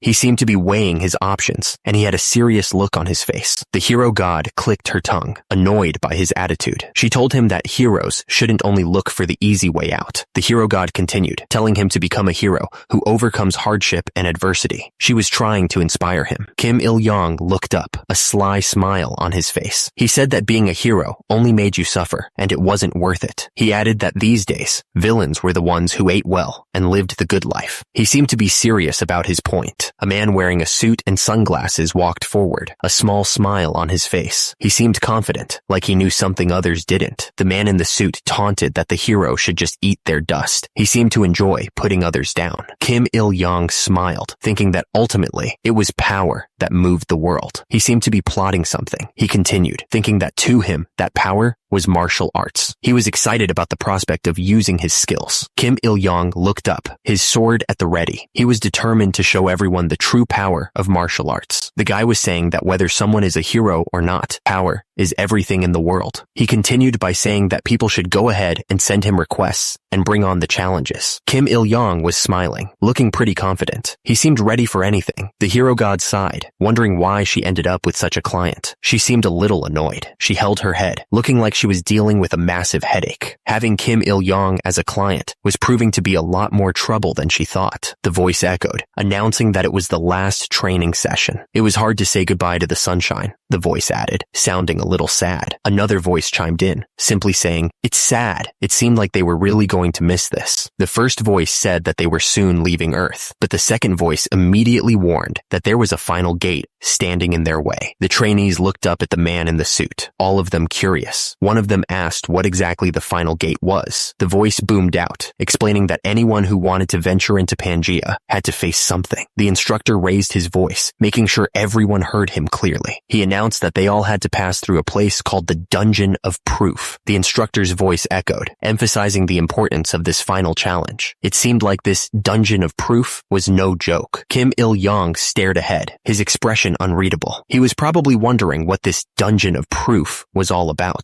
Kim Il-yong repeated the words Dungeon of Proof to himself, curious. He had no idea what to expect. So, the instructor was explaining that the Dungeon of Proof was in some kind of neutral dimension, not part of Earth or Pangea. It was also implied that some people can adapt to this new world faster because of something called the benevolent nature of Mother Earth. The instructor continued, saying this so-called tutorial dungeon was made to teach adventurers to be careful. Kim Il-yong looked concerned, probably realizing this wasn't going to be a walk in the park. The instructor's expression turned serious. He warned that there would be real monsters in there, monsters that actually wanted to kill and eat them. He challenged anyone who was scared to back off now, because this was a life or death profession. The instructor raised his voice, making sure everyone understood that only prospective adventurers could enter this Dungeon of Proof. He added that they would all be watching. The instructor reminded them that all their actions would be monitored in real time by clan officials. One of the adventurers thought to himself that this was a real-time assessment, which made him nervous because one mistake could get him disqualified. The instructor finished by saying they were lending them magical-grade armor for safety, so they should give it their all. The instructor kept talking, saying it was a relief to have a safety device, but he quickly corrected himself, clarifying that they were just borrowing the armor, and losing it would mean owing a lot of money. He then told them to hurry up and pick out the right magic-grade armor. Everyone started looking at the armor, trying to figure out what to pick. The armors looked old and worn, but they were probably better than nothing. One of the trainees asked the instructor if there was armor that gave just enough protection without being too bulky, like cloth armor. He seemed to be prioritizing mobility over defense. The instructor, looking annoyed, realized it was the same guy from before. He told him to just pick one from there. The trainee thought to himself that he had to compromise with reality again. The trainee decided he would get this one. The system window showed the armor was sturdy boiled leather with a magic defense of 11 and durability of 98/110 with no special effects. The instructor yelled, asking if everyone had picked their armor. He didn't wait for an answer, immediately declaring it was time for them to prove themselves. He continued, telling them to prove they were worthy adventurers adventurers. He welcomed them to a world full of life and death, urging them to break out of their shells and be reborn. The light pulsed as the instructor's words echoed. He was trying to hype them up for the dangers ahead, hoping they wouldn't chicken out. One of the guys turned to Jin, asking if they were really going in without an instructor. He pointed out that there was a real monster inside, clearly nervous about the whole thing. Jin smirked, saying that whether it was Murim or Pangea, the only thing that had changed was the stage. He was confident that he could handle whatever came their way. A bright light filled the area. Jin declared he was about to show them what he was made of. The light illuminated the other trainees. As Jin remembered his past, he recalled the 7 years he spent crawling in the dirt of Murim's world. Jin gripped his sword tightly. He looked confident, ready to prove his worth in this new world. Jin suddenly grabbed his head, feeling a sharp pain. He stumbled, losing his balance on the rocky ground. Jin wondered if the monster was already there, having not even taken a step. He gripped his sword tightly, ready to defend himself. Jin was in pain, but he heard someone shout. He was asked if he was all right by the young lady, Manhwa, who was standing next to him. The girl with black hair asked if Jin was the person they were talking about. She added that they were lucky because they must have been separated when they entered the gate. At the bottom of the panel, Kim Il-young looks up.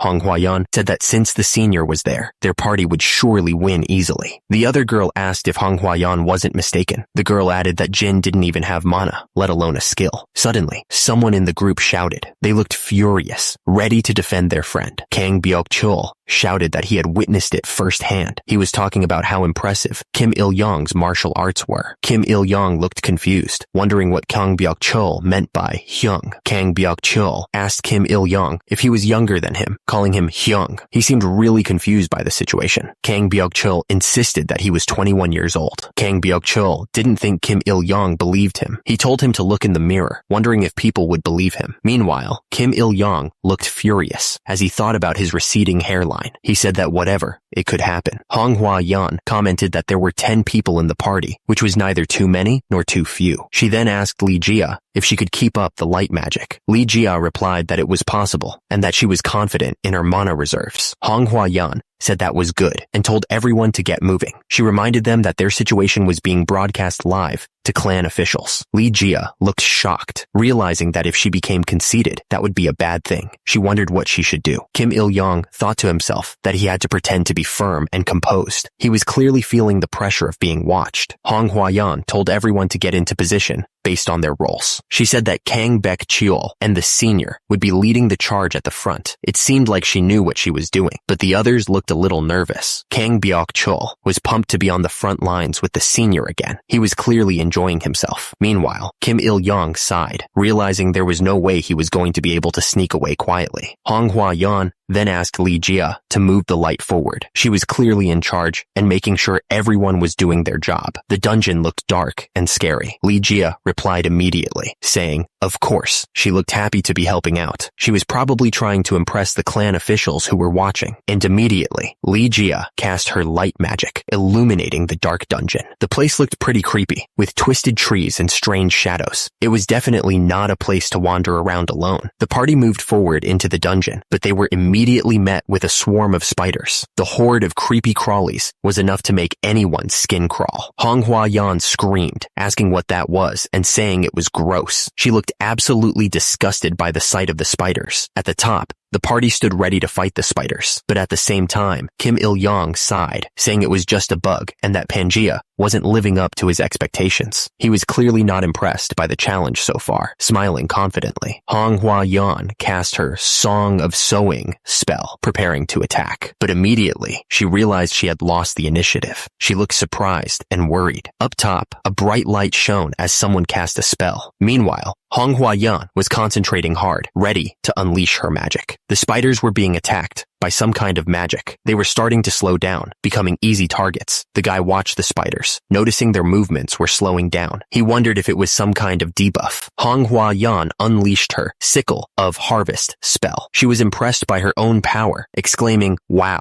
As the spiders were being destroyed, a system window popped up. It said that a request had been generated. The guy smiled, saying that the request was coming. He looked excited about it. A system window popped up, showing the quest details for Pest Extermination is also a hero's duty. It was a very easy quest, and the reward was 175 EXP and a slight increase in the proficiency of the triple divine sword technique. Because of that, the guy smiled, thinking he couldn't lose at all. He started to condense his energy, getting ready to fight the rest of the monsters. The energy around him started to glow. He swung his sword fast, using the rapid one-strike sword technique. The swing was so fast, it created a gust of wind. The guy attacked the spiders, striking twice every second. The spiders didn't stand a chance against the speed of his attacks. He continued his assault on the remaining spiders. He thought to himself that it was time to hunt the giant bug, since there were only 11 left. Kim Il-yong's sword crackled with energy as he prepared to strike. He was really feeling the battle. He even shouted out, saying this is how a battle feels. He was super hyped. Hong Huayan didn't waste any time. She yelled out, "Sickle of Harvest," and unleashed her attack. Hong Huayan's attack sliced through the spiders with overwhelming power. The spiders didn't even see it coming. They were instantly wiped out. Kim Il-yong was caught off guard by her sudden attack. He thought they were gonna fight together. Meanwhile, Hong Huayan was smiling, like she knew exactly what she was doing. Kim Il-yong looked annoyed. He asked why she kept saying things like that. He thought it was so burdensome, but Hong Huayan just kept smiling at him. Hong Huayan stared in disbelief. She wondered how that guy could compete with her on equal terms. With 0 mana, how could he even fight? And what the hell were those movements? The protagonist slashed through the enemies with incredible speed. He was panting, but then he got a notification. Quest completed. He leveled up, and his proficiency in the triple divine sword technique had increased. The guy smirked, asking why they were just watching. Didn't they want to become more appealing to the clan officials? He added that it would be a petty revenge. He then asked if they weren't going to level up. Hong Huayan looked annoyed, saying that he didn't even leave them with a single monster. The other man next to her looked just as upset. Meanwhile, the guy who spoke before was smirking, clearly enjoying their frustration. Suddenly, a bunch of monsters appeared, ready to attack. They looked fierce and hungry. The group of adventurers stood ready, facing whatever challenge the dungeon threw at them next. The guy in front spoke up, announcing that he would concede a little this time. He seemed to be trying to sound confident, but there was a hint of nervousness in his voice. At the same time, a horde of goblins charged forward, their eyes filled with hunger. They were ready to tear anyone apart. Meanwhile, someone watched from below with a creepy smile. He seemed to be enjoying the chaos. Suddenly, one of the girls screamed for help, clearly terrified by the sudden attack. Her hands were shaking as she tried to defend herself. She was clearly not prepared for this. The goblins swarmed around, their sharp claws and teeth bared. They were a terrifying sight to behold. Meanwhile, another girl wondered if it was goblins this time. She sounded relieved, like she could handle this. The girl smiled, a glint of excitement in her eyes. She declared that it was something she could fight against. She seemed eager to prove herself. Hong Huayan was not about to let anyone steal her spotlight. She wouldn't lose to those other two, she thought. She was determined to show her strength. The attacker laughed like a maniac as he went after the goblins. He challenged them to bring it on, ready for a fight. A notification popped up, announcing that a request had been generated. The guy looked surprised, wondering if more requests would keep showing up like this. The man thought that the Dungeon of Proof was really awesome. He smiled, clearly enjoying the challenge. The man changed his mind and decided to join in on this one too. He looked eager to test his skills. Kim Il-yong stared ahead, a determined look on his face. He was ready for anything that came his way, not backing down from this challenge. Kim Il-yong was surrounded by goblins, but he didn't seem worried at all. He swung his blade, ready to take them all down. Hong Huayan looked shocked, thinking,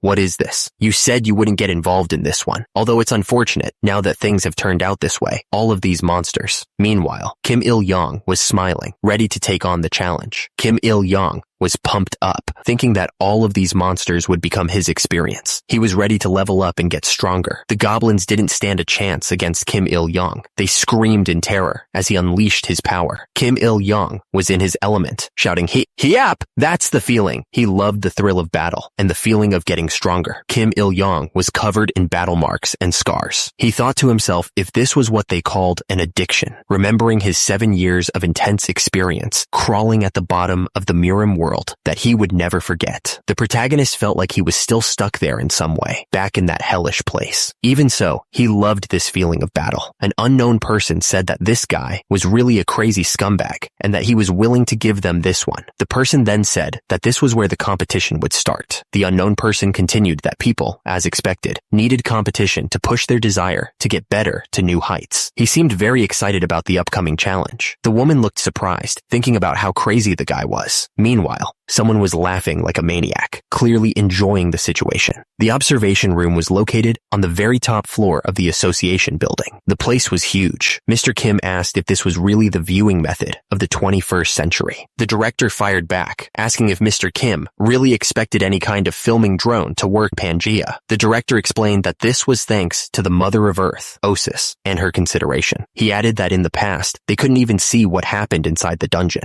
Anyway, the unknown woman asked who that guy was and where he came from. She seemed very curious about the new player. One of the men responded that if he remembered correctly, the guy was previously judged to have 0 mana. It was quite a surprise that he was now a powerful player. They noticed that his class was unique. It seemed that he had a special class called Ronin. The unknown woman wondered what kind of skills he used. She knew it was just a F-class monster, but it was almost like a massacre. She watched the protagonist slice through the monster with ease. She wondered if Manhwa could do something like that. The group was shocked by the protagonist's fighting style. They wondered how he could extend his blade like that. One of them asked how that was even possible, since he had 0 mana. The group thought that was definitely weird. They figured there must be some special benefits to his class that they didn't know about. They decided to start digging for information about him. The woman explained that he wasn't just a dummy grenade. Basically, she was saying that he wasn't an useless distraction like they thought he was. She ordered them to contact the recruitment team and add him to the checklist as well. The man replied that he would tell them right away.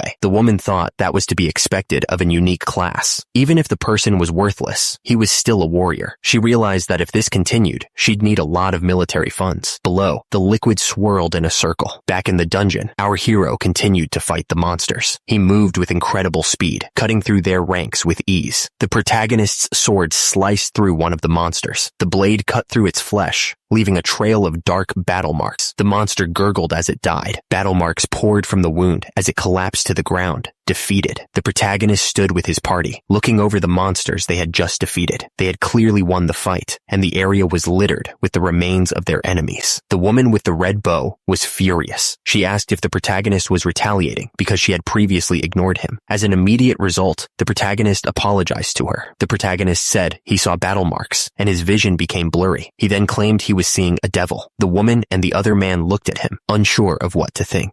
The woman said that since she felt a little sorry, she would give him some leeway for the next monster. She told them to continue. With a smile, she said that everything was fine. Really? The woman smiled, thinking that the senior was a really funny guy. Meanwhile, a strange energy swirled around them. The protagonist wondered what was coming next. He looked grim, like he was expecting something bad. The protagonist asked if it was just him who had heard something. He was confused why no one else was reacting to it. Manhwa asked the senior why he was stopping. She then told him to forget it and keep going. Meanwhile, the protagonist was focused on the sound he had heard. The protagonist thought about the sound again. He was starting to get concerned about it. The protagonist ordered them to shine the light in that direction. He was annoyed that no one else seemed to hear the sound. Manhwa looked around, trying to figure out where that sound was coming from. She seemed concerned, like she knew it wasn't good. And immediately, a horde of green slime monsters appeared. They were all squirming and looked pretty gross. One of the men with Manhwa looked around nervously. He asked if those things were slimes. The protagonist examined the monsters with interest. He wondered if his sword could cut through something so soft and squishy. Another member of the group shouted and activated his shield. He looked ready to defend against the slime attack. The guy looked intense, like he was about to do something crazy. He shouted that this was the time for him to show everyone what he could do, and immediately, the door exploded into pieces. The guy yelled about having a rush of trust as he charged through the opening. The slime monsters didn't stand a chance against him. He was mowing them down left and right. The guy was laughing like a maniac, saying he was going to get rid of all of them at once. The slime monsters were popping left and right. He was having the time of his life. The guy was laughing like a maniac, saying he was going to get rid of all of them at once. Manhwa watched Kang Baek-chul with a mix of admiration and embarrassment. She thought he was cool, but also a bit much. The guy watched the battle unfold with a smirk. He commented that the Vanguard class was also pretty good. Manhwa unleashed her marionette dance magic. She was ready to show off her skills. Manhwa grinned, feeling confident. She announced that she was also going to put on a good would show. The slime monsters were getting shredded. It looked like someone was having a field day with them. Manhwa cast her spell, Sickle of Harvest. She looked determined to wipe out the remaining monsters. The ice spears pierced through the slime monsters. The monsters didn't stand a chance against the sudden attack. Li Jia prepared to unleash her next attack. She announced that she was going to do a more perfect performance with her ice spear magic. The ice spears rained down on the slime monsters, piercing them. The monsters were getting destroyed by the ice magic. One of the guys watching complimented Li Jia, saying she was amazing. He added that it was just some simple skill for her. Then another guy announced that he was going to make his move too. He smirked, ready to show off his own skills. One of the guys shouted for them not to do anything. He demanded that they give up if they had any conscience at all. The other guy just stood there, watching the scene unfold. The guy smirked, saying he had already given them the little leeway he promised. Since they had reduced the slimes by half, he didn't see any point in listening to them any further. The woman screamed that it was time for slaughter, and immediately, the guy moved with incredible speed, slicing through the air with his sword. The woman yelled at the guy to just go and die already. Meanwhile, he continued to slash through the air with his sword, showing no signs of stopping. One of the people fighting the slimes said that they were gonna lose it. She desperately asked everyone to bear with it and keep going, clearly at her limit. Manhwa screamed for the monsters to die. She unleashed her magic with a burst of power. The ground was completely wrecked after the attack. It was a scene of total destruction. The other characters were surprised and excited. They realized they had leveled up because they were fighting real monsters. Kim Il-young wondered if he should check his level too. He saw that his level had risen to 12, and his stats had also improved. The group decided to check their techniques. They were excited, thinking they would soon be as strong as a third-rate martial artist. Manhwa pointed towards the end of the dungeon, announcing she could finally see the light. Everyone was excited, wondering if they were the first to reach the final destination. One of the guys declared that it had to be him who arrived first, not the others. Meanwhile, the rest of the group kept running, pushing themselves to the limit. The group finally reached their goal, exhausted but thrilled. They cheered, believing they had made it. They were shocked to find that other people had already arrived. One of them asked if they could still be first if they kept going at this pace. The two men realized this was an excellent chance to get the clan's attention, but they were confused. How did the others get here so fast? Did they use some kind of trick? Meanwhile, the other guy didn't seem to care and just picked his nose. Kim Il-young looked around, clearly confused. What? Out of nowhere? He muttered, trying to understand what was happening. Someone shouted that the kid was still alive. He declared that the Dungeon of Proof was no big deal, right? He added that he had won, but was still tripping for no reason. Manhwa looked determined and announced that it was starting now. She clarified that she was referring to the boss raid. The man asked what kind of monster usually appeared as the boss. Manhwa replied that it depended, but it was usually 1 or 2 hobgoblins or gnoll centurions. The man said that it didn't seem like a big deal. Manhwa explained that was usually the case. However, there were times when a dark orc chai or something more powerful was summoned, and the number of deaths was staggering at the time. She finished by mentioning the dark orc again. A dark energy started to fill the air. It felt like something big was about to happen. At the same time, the man felt an immense pressure bearing down on him. He looked up, sensing the danger. Meanwhile, the protagonist stepped forward, his eyes widening. He seemed shocked by what he was seeing. Turns out, it was a dark orc. The orc roared, and it looked like there were more than one of them. This was going to be a tough fight. The situation just got worse. One of the orcs pointed out that there were 3 of them, which was not good at all. One of the guys screamed, clearly terrified by the sudden appearance of so many powerful monsters. The people realized they were in way over their heads. They knew they couldn't beat the orcs. People were starting to panic. Someone shouted for everyone to run away, which seemed like the only option at this point. It was a free-for-all as people scrambled to escape. The orcs started attacking the fleeing people. It was a massacre, as the monsters easily overpowered them. Manhwa shouted at the others, telling them not to leave people behind, even if they ran. She looked desperate, refusing to let anyone die. At the same time, Kim Il-young looked determined, knowing they couldn't just abandon everyone. Suddenly, a powerful energy slash cut through the air. The force of the attack was immense, leaving a trail of destruction in its wake. An orc impaled one of the people with its weapon. The person coughed up battle marks, clearly in immense pain as he was being killed. One of the people was bleeding from the mouth after being hit. He was clearly in shock, not understanding what had just happened. At the same time, another person was also bleeding, looking equally terrified. Kim Il-young realized that if things kept going like this, they were all going to be wiped out. He looked worried, knowing they needed to do something fast. Meanwhile, one of the orcs roared, ready to continue the slaughter. One of the guys coughed up battle marks,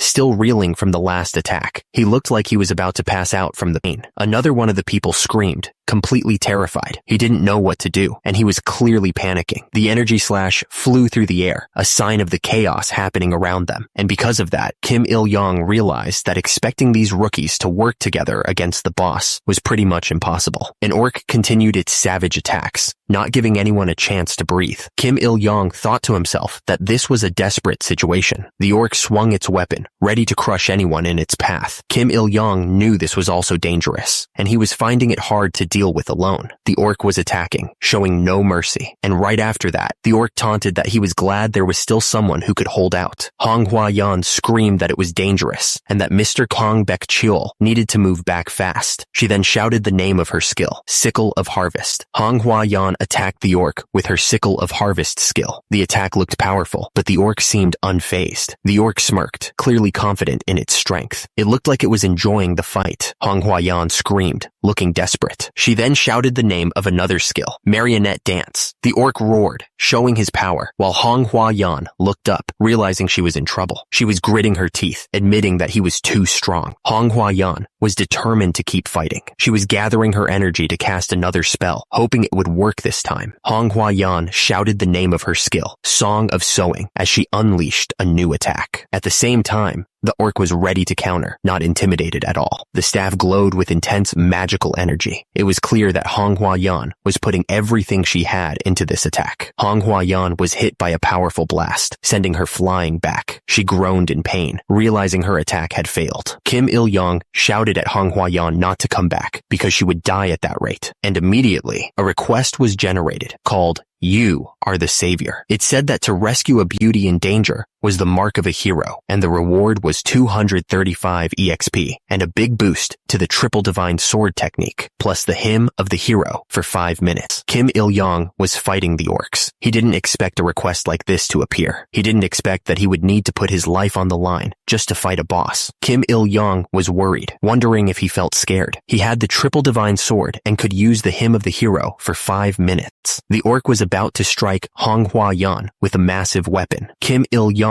wondered if he was willing to let her die. Kim Il-young decided that obviously he wasn't willing to let her die. He admitted he may be scared, but he was not a coward. The orc raised its weapon to strike Hong Hua-yan, and at the same time, Hong Hua-yan shouted for her senior. Kim Il-young moved forward with determination. He thought that he had been in this situation numerous times before. Kim Il-young ran across the battlefield. He remembered how fear and hopelessness overflowed in those battles, but he had survived time and time again. The orc roared, ready to attack, but Kim Il-young shouted that it was time to prove it. Kim Il-young dashed forward, thinking that his 7 years crawling at the bottom of the Murim weren't wasted. He was ready to use that experience. The orc roared and swung its weapon down, and immediately after, the orc roared and swung its weapon down, and immediately after, the orc roared once again, ready to crush anyone in its path. Kim Il-young was about to be hit right in the face. He yelled, knowing he was in danger. Kim Il-young grimaced in pain. He was pushing himself to the limit. The orc growled, clearly not happy. It was ready to destroy anything. Kim Il-young was aware that the orc wasn't just strong, but also skilled. He knew he had to give it everything he had, so he thought that it was do or die. Kim Il-young launched a counterattack against the orc. He was relieved that his plan had actually worked. The orc was surprised that even after getting hit,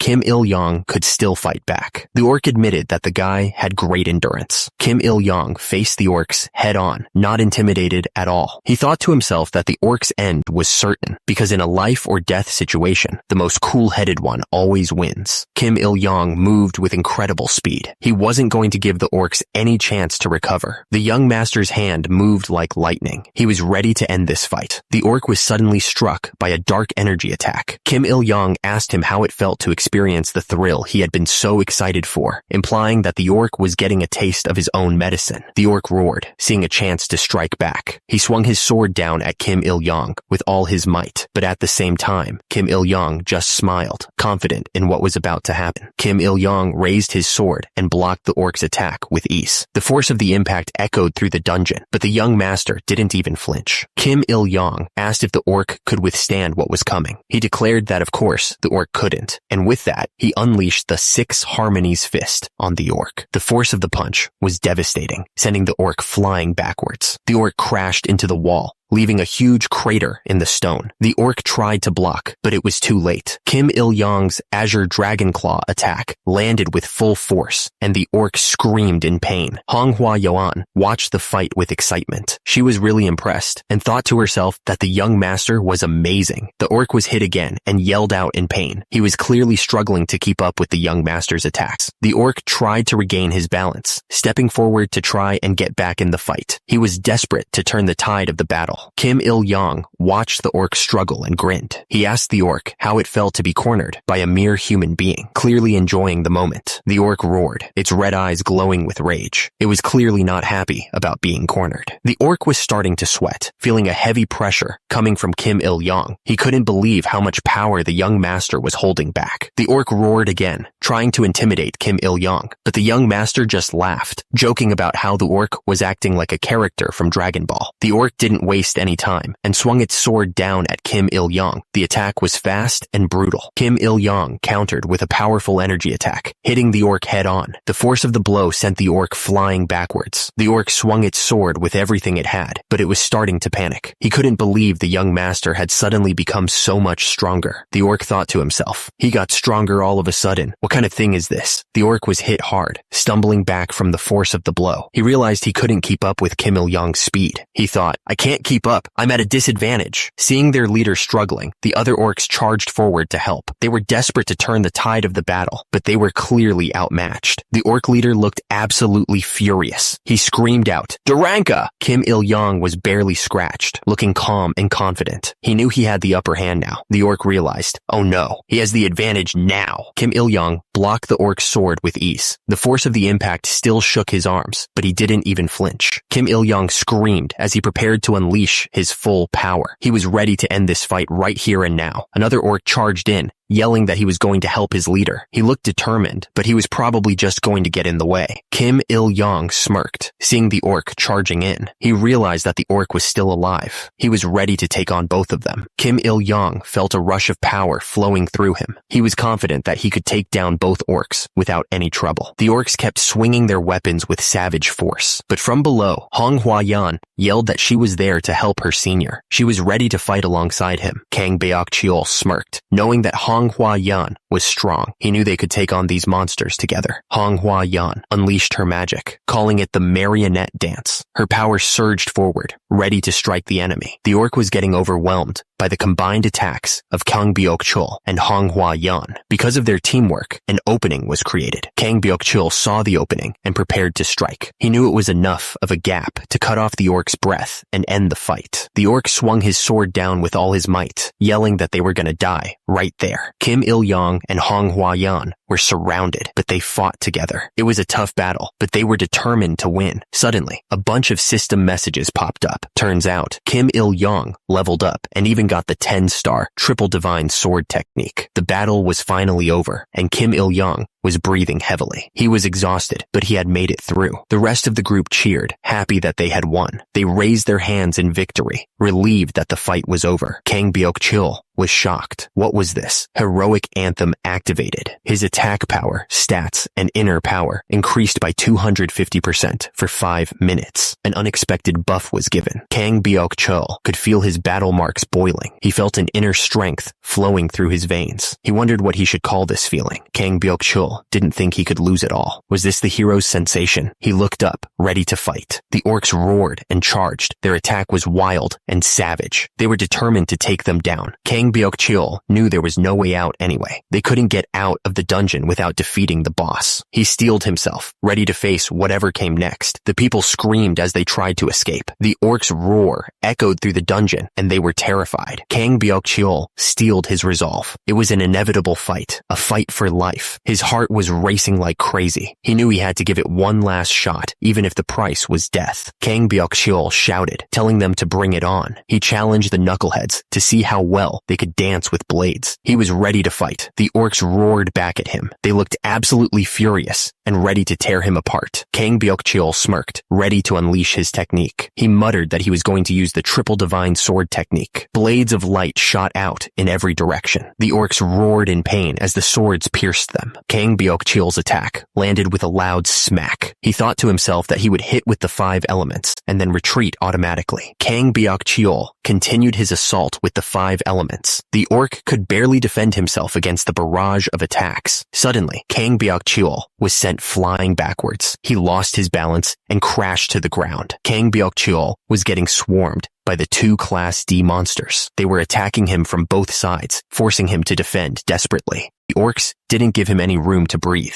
Their swords came down on him with incredible speed, forcing him to block and dodge. He was starting to feel the pressure. The orcs kept attacking, pushing Kang Byuk-chul to his limit, and immediately, one of the monsters screamed in pain. Kang Byuk-chul was pushing through his pain, landing a solid hit on one of the orcs. The monster roared, clearly hurt by the attack. The orc screamed, feeling the full force of Kang Byuk-chul's attack. He was in serious pain, but he wasn't giving up yet. He shouted in pain. Kang Byuk-chul was getting ready to attack. He knew his abilities were limited compared to the monster's power. He was determined to make his next move fast, closing the distance in an instant. The sword sliced deep into the orc. Dark battle marks sprayed as the blade cut through its flesh. The orc was hit hard, staggering backwards from the force of the blow. He coughed up battle marks, clearly in a lot of pain. The orc roared in anger, trying to shake off the pain. Kang Byuk-chul was still standing, but the 2 orcs were ready to keep fighting. Kang Byuk-chul was breathing heavily, sweat dripping down his face. He thought to himself that facing 2 opponents at once was exhausting, even with the heroic anthem buff. He felt overwhelmed. Kang Byuk-chul realized he was facing 2 Class D monsters, which was way too much for a novice like him. He was about to get wrecked, and immediately, he kicked out with all his might, trying to take down one of the monsters. The orc roared, shouting some nonsense at Kang Byuk-chul. He looked furious. Meanwhile, the 2 orcs were ready to fight, standing their ground as they prepared to attack Kang Byuk-chul. Kang Byuk-chul wondered what was happening, trying to understand the situation. He was completely caught off guard. He wondered where that move even came from. One of the orcs roared again, showing his anger. At the same time, Kang Byuk-chul realized his buff was about to run out, and he was not happy about it. He knew this situation was bad. The orc roared, getting ready to attack again. He looked like he was enjoying this fight way too much. Kim Il-yong stared down the orc, ready for whatever was about to happen. He wasn't even fazed by the battle marks splattering around him. He was calm and collected. The battle raged on, and the group was running to join the fight. They were determined to help their senior. They were going to arrive just in time. Hong Hua-yun shouted that it was killer timing. She looked determined to turn the tide of the battle. She was ready to unleash some serious power. Kim Il-yong smirked, a glint in his eye. He seemed to be enjoying the chaos unfolding around him. He was ready to show them what he could do. Hong Hua-yun shouted, "Sickle of Harvest," as she unleashed her magic. The orcs didn't stand a chance against her power. She was a force to be reckoned with. Hong Hua-yun shouted, "Swift Strike," as she unleashed her attack. Her eyes were full of determination as she prepared to strike. The orc was hit by a powerful blow, and he screamed in pain. The force of the attack sent him flying back. The orc shouted back, ready to retaliate with his axe. He looked absolutely furious. The battle raged on as the group fought against the monsters. Someone cried out in pain, showing how intense the fight was. The man swung his sword, struggling to survive. He was clearly overwhelmed and shouted that it was like like hell on Earth. The fight was pure chaos, a whirlwind of blades and magic. The group was giving it everything they had against the orcs, but it was still a tough fight. Manhwa shouted the incantation for her spell, unleashing a powerful magic attack. The orc screamed as the magic struck him, clearly in immense pain. The orc kept screaming as the magic coursed through him. Meanwhile, Manhwa looked on, seemingly unaffected by the monster's pain. The scene shifted to Kim Il-yong, his expression unreadable. He seemed to be deep in thought, his eyes narrowed slightly. Il-yong gripped the hilt of his sword tightly, his knuckles turning white. He thought to himself that his body felt as heavy as a water-soaked sponge. Kim Il-yong stood his ground, his stance firm and ready. He looked determined, prepared for whatever was about to come next. Kim Il-yong wondered if the so-called Mother of Heroes was just going to stand by and do nothing. He asked himself if he should abandon this crucial fight because she wasn't supporting him, but then he remembered that he lives by the sword and can't back down now. At some point, a moment of adversity will come, an old man thought, and at that moment, no trick will work. He knew. Kim Il-yong remembered some advice. Just trust in the martial arts you've built up. He took a deep breath, trying to focus. He recalled being told to steadily cut down each enemy before him, without wavering. The man in the memory said that in doing so, the martial way would surely respond. He remembered those words clearly. Kim Il-yong looked determined. He was going to believe in himself. He steeled his resolve, ready to face whatever came next. The group was swarming the monster, each of them trying to get a hit in. They looked determined, ready to take down this beast, no matter what it took. The monster was taking damage, but it was still standing strong. Kim Il-yong charged forward, screaming that they would die. He was determined to defeat the strong, no matter what it took. His eyes burned with a fierce intensity. A leg connected with a head, the force of the impact sending the head flying. It was all about surpassing your limits and becoming more than yourself, he thought. The attackers stood over their fallen opponent, ready to deliver the final blow. They were going to go forward, feeding on the battle marks of their enemies, because it was the right thing to do. Kim Il-yong's face was covered in battle marks, but his eyes were still burning with determination. This was the way of the warrior, and he wouldn't back down. Kim Il-yong shouted that he was using the 5 elements step. He looked determined, ready to unleash his full power on the enemy. The orc looked shocked, its eyes wide with disbelief. It had no idea what was coming, and it was too late to prepare. Kim Il-yong unleashed a devastating attack, the energy exploding outwards. The force of the blow was enough to shake the entire area. Kim Il-yong's face was set with determination, sweat dripping down his forehead. He was pushing himself to the limit, but he wouldn't stop until the job was done. At the same time, Manhwa and someone else were cheering him on. They shouted for him to go for it, saying that this chance wouldn't come again. Kim Il-yong was ready to finish this fight, shouting to the orc to drop dead. He was putting everything he had into this final strike, his face full of anger. The orc could only stare as the attack came closer, its eye wide with fear. It knew it was about to get hit hard. Kim Il-yong didn't hold back, screaming as he struck the orc. The sound of the impact echoed through the dungeon. Kim Il-yong kept up the pressure, telling the orc to stand its ground. The orc was sent flying backwards from the force of his blows. The orc lay defeated on the ground, unable to move. Kim Il-yong had finally beaten the strong, just like he always did back in the Murim world. The strike landed with brutal force, splattering battle marks everywhere. The red energy around his fist showed just how much power he was putting into it, and immediately, a system message popped up. He had leveled up. He got the title Dual Class Warrior and unlocked a new skill. Kim Il-yong couldn't help but grin, finally achieving something big. He remembered the dream he couldn't even reach in the world of martial arts. He let out a triumphant shout, finally feeling like he was getting somewhere. At the same time, Manhwa commented that Kim Il-yong was born to fight. He had wiped out the orcs in one fell swoop. Another woman looked on in shock at the dark orcs' defeat. One of the other adventurers looked at the destruction with worry. He was clearly nervous about what had just happened. Manhwa looked at Kim Il-yong, admitting that she had been mistaken about him. She seemed surprised by his power. The guy went on to say that if his brother's blade was like a chilling ice storm, then the senior's blade was like an erupting volcano. He was clearly impressed by the power he had just witnessed, and immediately, someone in the crowd was freaking out, wondering what they had just seen. He couldn't believe that a rookie adventurer who had only awakened a week ago could have such strength. He was completely baffled. One of them asked who exactly that young person was. The other one replied that his name was Kim Il-yong, the rookie adventurer with an unusual talent for defeating F-rank monsters. But the first guy dismissed that, saying defeating F-rank monsters wasn't that big of a deal. The guy asked if, since he had been keeping an eye on them, he had a plan to recruit them. The other guy said that last time, he had been told to go all out to recruit Manhwa Yan, but he hadn't had a chance to contact that young man yet. He then asked if he hadn't even approached him, but then said there was a positive side to this. The man wondered who this new person was. The guy below was furious, yelling about how no other clans had contacted him,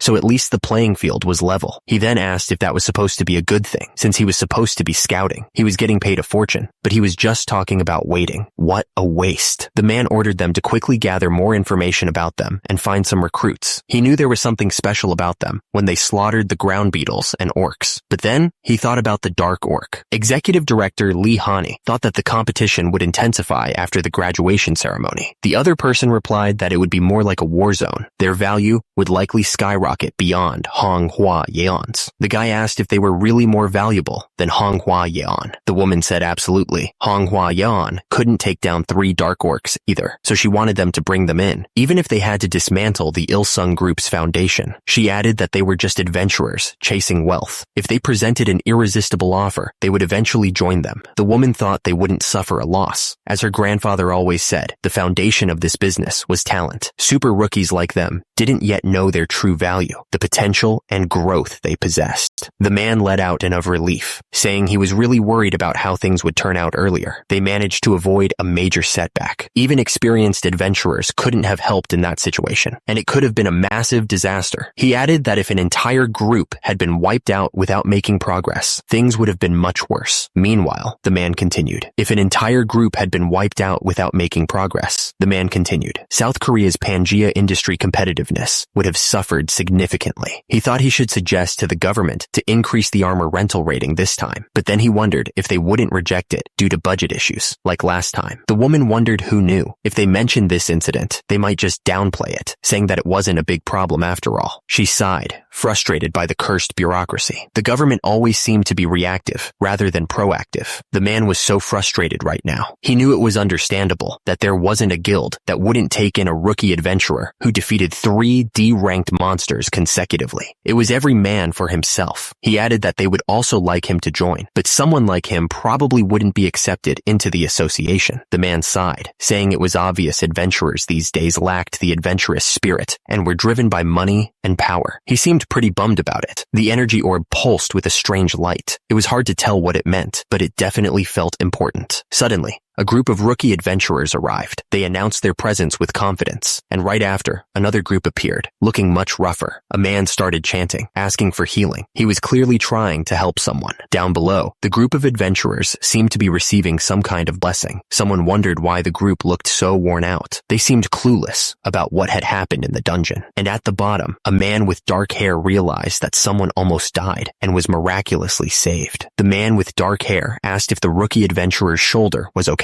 He seemed genuinely concerned. Meanwhile, someone was getting healed with a potion. The healer gave another bottle to the injured adventurer. He said he had to leave to help others who were hurt worse. He was clearly very busy. The adventurer looked at the potion in his hand, thinking about the world around him. He thought Pangea was full of wondrous things, and experiencing it was truly amazing. With this kind of healing power, it might just be a matter of time before doctors become jobless. But the taste, well, that was another story. The potion really tasted awful. The person in front of Kim Il-young pointed out that he wasn't a rookie anymore, now that he had passed the trial dungeon. They asked him who he was. The woman smiled and introduced herself as Kim Mi-young, the director of the Adventurers Association. She said that Kim Il-young had become quite the sensation as an adventurer. Kim Il-young looked serious as a drop of sweat rolled down his face. He was probably thinking about what Kim Mi-young, the director of the Adventurers Association, had just said to him. Kim Il-young sat in the stadium, letting out a He looked like he was trying to catch his breath after something intense. He thought to himself that he must have been out of his mind, jumping into danger like that. What on earth was he thinking? It was all because of this so-called hero's aura or something, he thought. Heroes? Yeah, right. The young man wondered if being a hero was just a job where you help others with nothing to gain.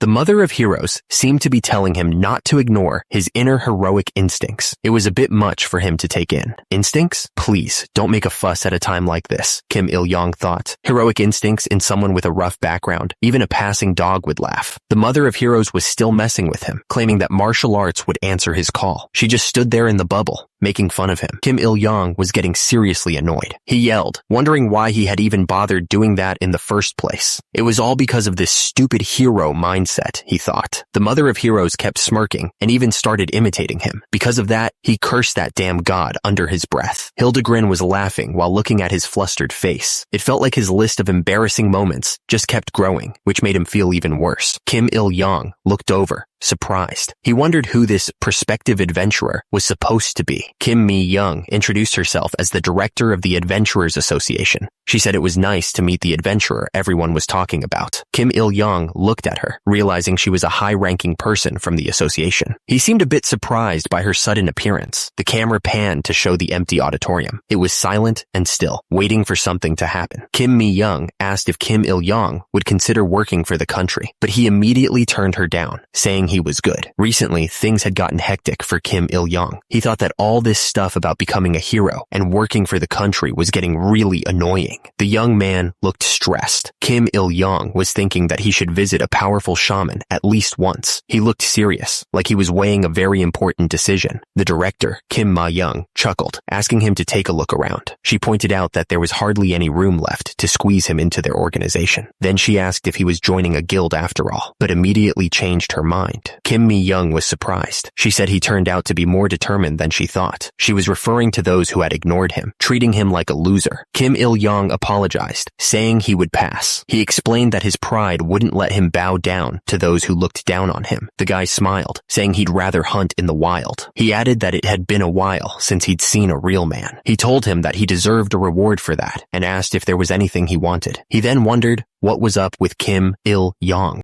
Kim Il-young was wondering why he was suddenly getting so much attention. He thought to himself, was it because he stopped the Dark Orc massacre? He looked confused. He continued thinking, was it because he said he didn't need a clan? The young man reminded himself that there was no pride when free stuff was involved. Kim Il-young realized it was one of those habits from his penniless days. He then asked if he could take something. The man in the suit said that he would cover the equipment cost personally. He added that this wasn't against the Kim Hyung-ran Act, right? He reassured him not to worry. It wasn't. The lady said to just accept it as a gift to maintain a good relationship with the association. Kim Il-young was surprised and thanked her so much, saying free stuff was always right. Kim Il-young was sitting on the stairs, looking at someone. He told them not to brag too much. He looked pretty smug about it. Two people were watching a group of people running towards them. One of them commented that the restless ones finally couldn't resist joining them. They seemed amused by the sight. The man suggested that they should step back now. He thought that the group would probably have a hard time. The lady added that she would leave too, wondering if this was really happening.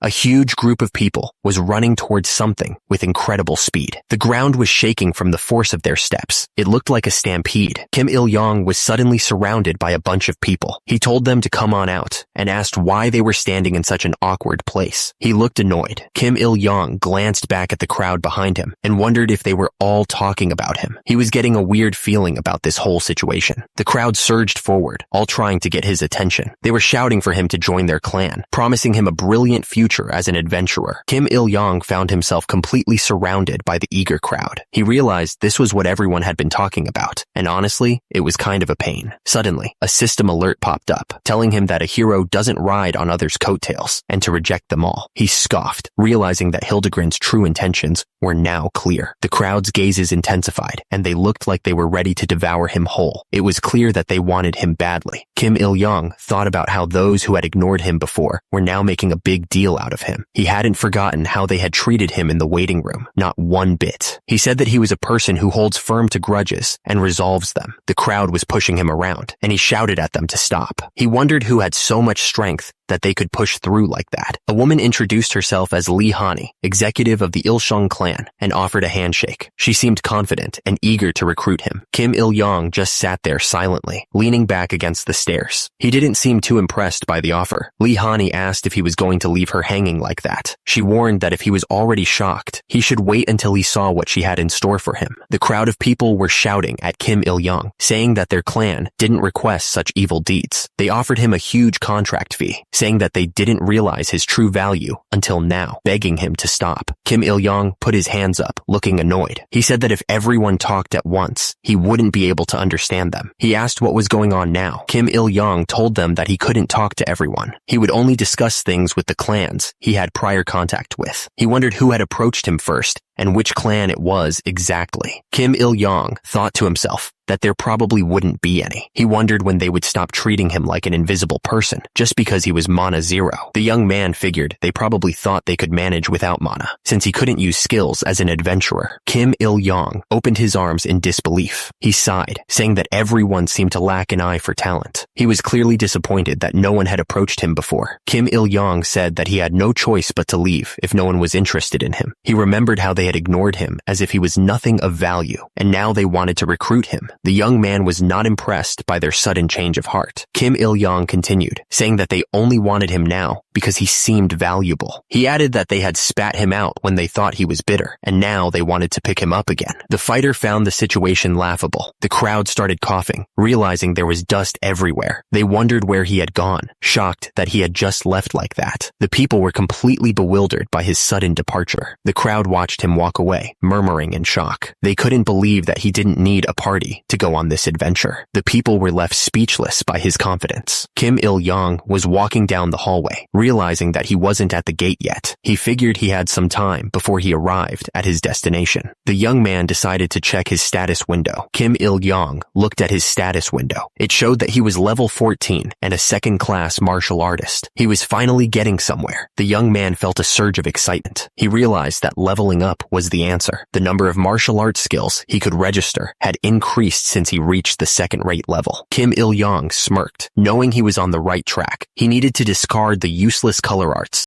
and odd job arts and focus on practical martial arts. Warp speed technique, 7 steps. Death control, wind essence, sword technique flashed in his mind. The fighter knew he had to be smart about this. Unorganized training hinders the progress of martial arts. Now was the time for selection and focus. Kim Il-yong's gaze hardened, ready to make some tough choices. First, he would start with the wind-cutting sword technique that he practiced countless times. Wind essence sword technique was his priority. Kim Il-yong wondered if he had to discard the ones he used before, like the 3-element swordsmanship. Kim Il-yong realized that he could inherit skills. A message popped up, asking if he wanted to inherit the proficiency of the 10-star, 3-element swordsmanship. He immediately accepted. The young man was eager to get stronger, but the system said that the 3-element swordsmanship wouldn't increase much because it was a lower-level martial art. However, the wind-cutting sword technique increased to 2 stars. He was happy that his past efforts weren't wasted. Kim Il-yong decided to inherit all of them, 5 second-tier martial arts. He smirked, ready to absorb all the power he could. The system showed him the stats. Wind essence, sword technique, 2nd stage. Hexagonal fist, 2nd stage. Small radiant technique, 2nd stage. Silent wind, 10 steps needle, 1st stage, and 7 steps death control, 2nd stage. Kim Il-yong realized he was now truly a 2nd-tier martial artist. He was making progress faster than he thought. It took Kim Il-yong a year and a half to reach the 2nd tier in the martial world with nothing. He remembered the struggle and the hardship, but with the help of the Pangea system and special assistance, he reached the 2nd tier in just 7 days. The young man was amazed at how far he had come. He thought to himself that he was incredible. Hildegren said that it was his class that was amazing, not Kim Il-yong. He added that Hildegren also had a bit of a bragging style. A group of people stared in awe at a bright red portal. It seemed like they were seeing something incredible. Hong Huayan pointed out that it was the city for novice adventurers and the dimensional gate leading to Illidel.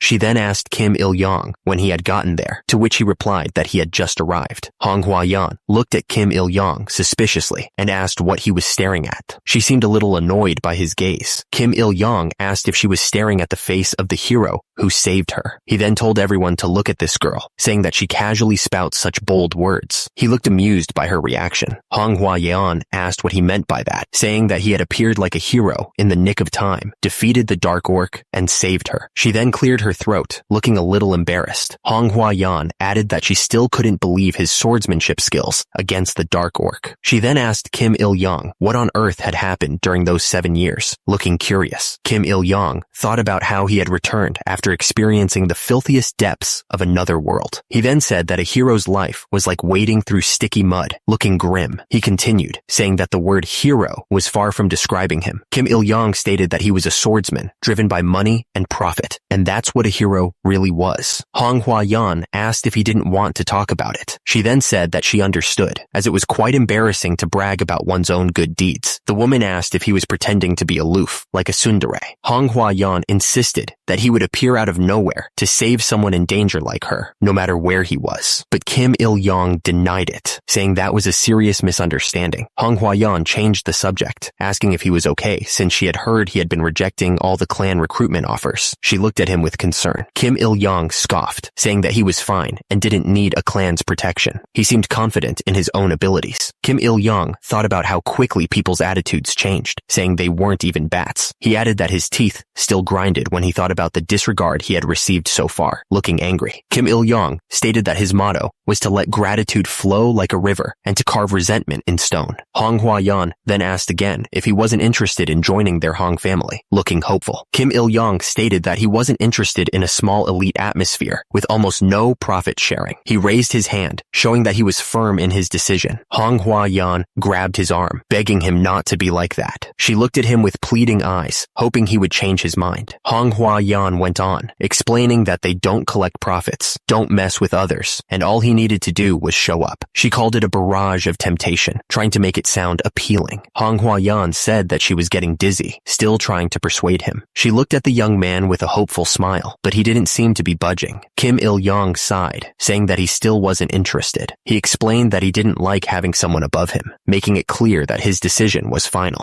Manhwa asked why he cared so much about that. She looked at him with a serious expression, waiting for his answer. Kim Il-young explained that there were countless masters in the martial arts world who could trample him. He said he was done with that life, preferring to be with a snake's head than a dragon's tail. He added that he had always been tense, afraid his head would be taken. Manhwa suggested that he create his own clan and become the head of his own organization. The woman looked hopeful, thinking he might consider it. Kim Il-young said he would think about that. Kim Il-young said that if that happened, she should join too and bring that thick-headed shield along as well. He added that he would think about that too. Manhwa replied that he should, looking pleased. The crowd gasped, exclaiming that it was opening. Everyone stared in anticipation, wondering what was about to happen. The text described a mysterious otherworld that one might only see in fantasy novels. It said that although danger and hardships are inevitable, those who overcome them can enjoy great wealth and fame. The man announced to the adventurers that the test was over. He declared that they were now all full-fledged adventurers. He then told them that before them was Pangea. The man continued, saying that there would be adventures and crises. He said that he believed they could all overcome them. The leader looked at them, his eyes full of hope. The man reminded everyone that they had defeated a dark orc. The crowd looked back at him, listening intently. They seemed to be ready for anything. The man said he didn't want to receive any heated gazes from them. He looked a little uncomfortable, like he was trying to avoid something. Maybe he was nervous. The man shouted for the adventurers to go forth, declaring that Pangea awaited them. His booming voice echoed through the hall, and below, the crowd cheered in response, ready to embark on their adventures. Some of the new adventurers were already eager to get started. They asked their senior to go with them. They were ready to explore the dangers that awaited them. The god on the screen snapped her fingers, beckoning them to come. She seemed to be amused by their enthusiasm. Meanwhile, the man responded that he would go, even without being asked. He looked determined to face whatever challenges lay ahead. Turns out, an adventurer must embark on adventures. That's how Sun Chang responded when asked what an adventurer was. The group seemed to be listening intently, ready to take on the world. He declared that they should face the challenges and endure the risks. In return, they would get wealth and honor befitting the effort. He was ready. Crossing dimensions felt like sinking endlessly into the deep ocean. It was a chilling sensation, like being pulled down into the abyss. Upon opening his eyes to this chilling sensation, he felt a surge of cold water around him. He was waking up in a new world. A fantastical new world awaited Kim Il-young, a city of wonders in the distance. He felt a sense of anticipation and dread. One of the new adventurers looked down, asking if the senior was okay. He seemed genuinely genuinely concerned. Turns out, when you first dimension hop to Pangea, it might cause nausea, as Honghua Yan's older brother said. She looked like a mess and didn't seem like she was in a state where she should care about others right now. Kim Il-young looked around at everyone suffering. He found it a little annoying, to be honest. Kim Il-young patted Honghua Yan on the back, trying to help her feel better. She thanked him, saying it was almost too much to handle, but the pat on the back made it even more intense. Honghua Yan, still leaning on him, asked Kim Il-young how come he was doing fine. He just shrugged, saying he didn't know. Kim Il-young looked around at the others, all lying on the ground. He thought to himself that he had felt a little dizzy, but not nearly as bad as these guys. The system told him to think about his level and stats. Kim Il-young wondered if that was why he felt okay. Kim Il-young thought to himself that with high physical stats, one would likely benefit from better balance. Come to think of it,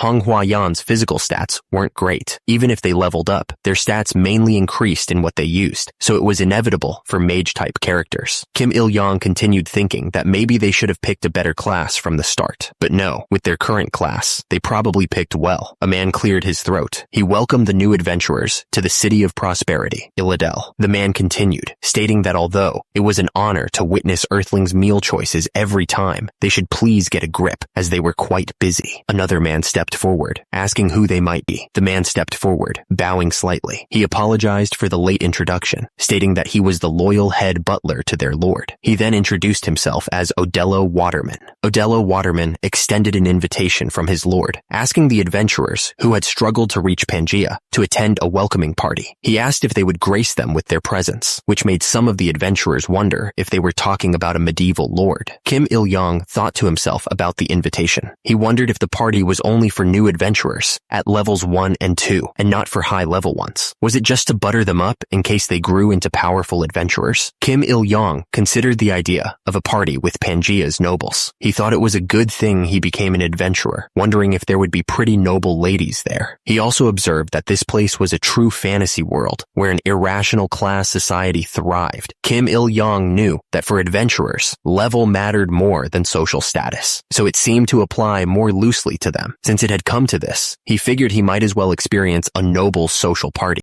Yahello Waterman announced that adventurers without contracts with clans weren't invited to the party and should leave. Kim Il-young was shocked, wondering what the hell they were saying, since he was looking forward to seeing noble ladies at the social party. The other adventurers started complaining, asking why only those who signed contracts with clans were invited, and what about them. They realized a line was being drawn, and some were already saying that those without contracts were useless. Kim Il-young thought he understood. Not having a contract with a clan basically meant you lacked class and talent, which wasn't a good look. The adventurers realized that to the locals, they seemed like they had neither skills nor connections, putting them at the bottom of the ladder. Kim Il-young understood why aspiring adventurers tried so hard to join big clans. It was all about status and connections, even in this new world. Turns out, the big clans take a huge cut of the money that the adventurers make. It's supposed to be a good thing for both sides, but it's really just the clans ripping them off. With all that cash, they buy their way into the good graces of the rich and powerful Pangea. Pangea's upper class gets richer, while everyone else struggles to climb up to their level. These clans secure their power early on, using their influence to keep anyone else from getting in. That's their growth strategy, basically. Kim Il-young thought it was a dirty way to play the game, kicking away the ladder like that. Completely disgusting. It didn't matter if they knocked down a few ladders, though. Kim Il-young knew he had his own inner strength and martial arts. Just jumping over those ladders would be enough for him. But because of that arrogant way of thinking, the country ended up losing a big fish. Too bad for them. Honghua Yan tried to reassure Kim Il-young, telling him she was fine and that he shouldn't worry about her. But Kim Il-young couldn't help but frown, knowing how these things usually went. Honghua Yan asked Yahello Waterman if he could possibly bring one more person who hadn't made a contract with a clan. But Yahello Waterman shut her down immediately, saying that only those with clan contracts were invited by their lord's strict order. Honghua Yan clenched her teeth, clearly frustrated by the situation. Kim Il-young then asked Yahello Waterman where those who couldn't sign a contract with a clan should go.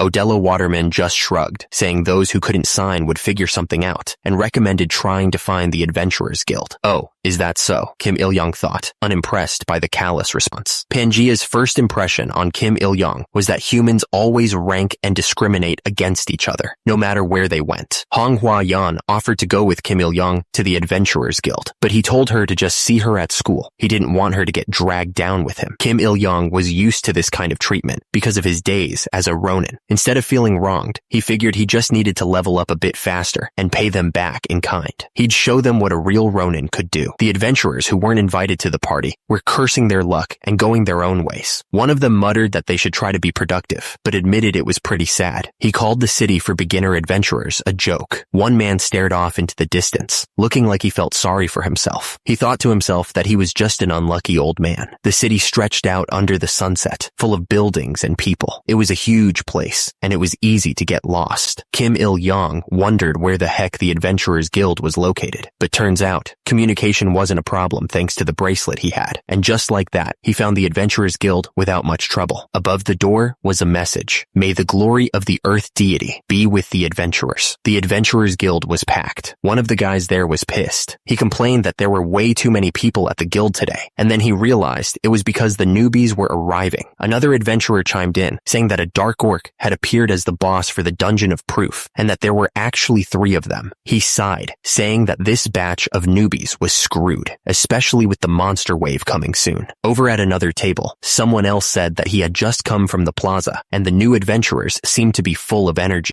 He was surprised to hear about the 3 dark orcs. One of the adventurers scoffed, saying that the other guy's news was slow. He wanted to know what was up, but then he pretended his throat was dry and asked for a cold honey wine first. After getting his drink, the adventurer finally revealed that there were 2 potential unique class adventurers in this batch. He said that one of them, with a single sword, had cut off the heads of all 3 dark orcs. The adventurers were buzzing with excitement about what they had just heard. One of them was practically bouncing in his seat as he asked who the guy was that had taken down the dark orcs. The other adventurer admitted he didn't know the guy's name, but he had heard of him. He wondered if the guy's class was the Ronin class. He figured it had to be unique, and that made him jealous. He was clearly envious of the guy's power. Kim Il-young realized that only a unique class could pull off that kind of feat. It was practically a cheat class. He sighed, thinking that rumors really did spread faster than one's feet. He hadn't expected the news about him to reach the guild before he did. As expected in a beginner's city guild, most of the adventurers inside were F or E rank. Every now and then, you could spot adventurers wearing D rank badges. An adventurer called out for service, but no one came. He complained that he wasn't expecting the best service, but this was a whole new level of non-existent hospitality. He was getting annoyed. The new adventurer complained that some rude old man told him to come here. He added that the old man loved bossing people around while riding on the Lord's coattails. Turns out, the other man had fallen for the same trick. The other adventurers started gossiping about the new guy. They said he had just been scolded by the butler and told to make his way here. They figured the poor guy must have been so excited to come here, but reality was harsh. The new adventurer asked if they were laughing, imagining the embarrassment he went through, and clinking glasses. He was furious and asked if they were enjoying themselves. The man tried to calm down the new adventurer, telling him not to mind the others. He explained that their personalities had become a bit strange after fighting monsters, but they weren't that bad once you got to know them. The man wondered if the Adventurers Guild was always this crowded. He looked around, waiting for an answer. One of the adventurers spoke up, explaining that it was monster wave season. He said that after the monsters were born, they moved around a lot more. The adventurer scoffed, saying that the monsters were just a bunch of weaklings. He said most of them were F and E rank, so they could handle them without any problems. The adventurer continued, saying that according to some philosopher, this wave seemed unusually large. He mentioned that the scale had been gradually increasing every time they invaded. He got flustered and started rambling about how he should have studied swordsmanship instead of wasting time on other things. He then told the Ronin to shut up if he wasn't going to say anything, but immediately regretted comparing himself to the Ronin, realizing that Kim Il-young was standing right there. Another adventurer turned to the newcomer and suggested he register as an adventurer since he was already there. He asked for his name and class. The adventurers started making bets on what class the newcomer was. One of them guessed he was a porter based on his size, but then changed his mind and said he might be a tanker. He finally settled on warrior dealer, betting 5 silver coins and 1 gold coin. He looked nervous, like he was about to lose all his money. Kim Il-young stepped forward, his expression serious. He announced to the group that his name was Kim Il-young. He explained that his name came from a dream his mother had. In the dream, a dragon had ascended, but she was sad that it wasn't holding a Sintamani, so it couldn't enter the immortal realm. Kim Il-young paused, then declared that he had finally grasped the Sintamani.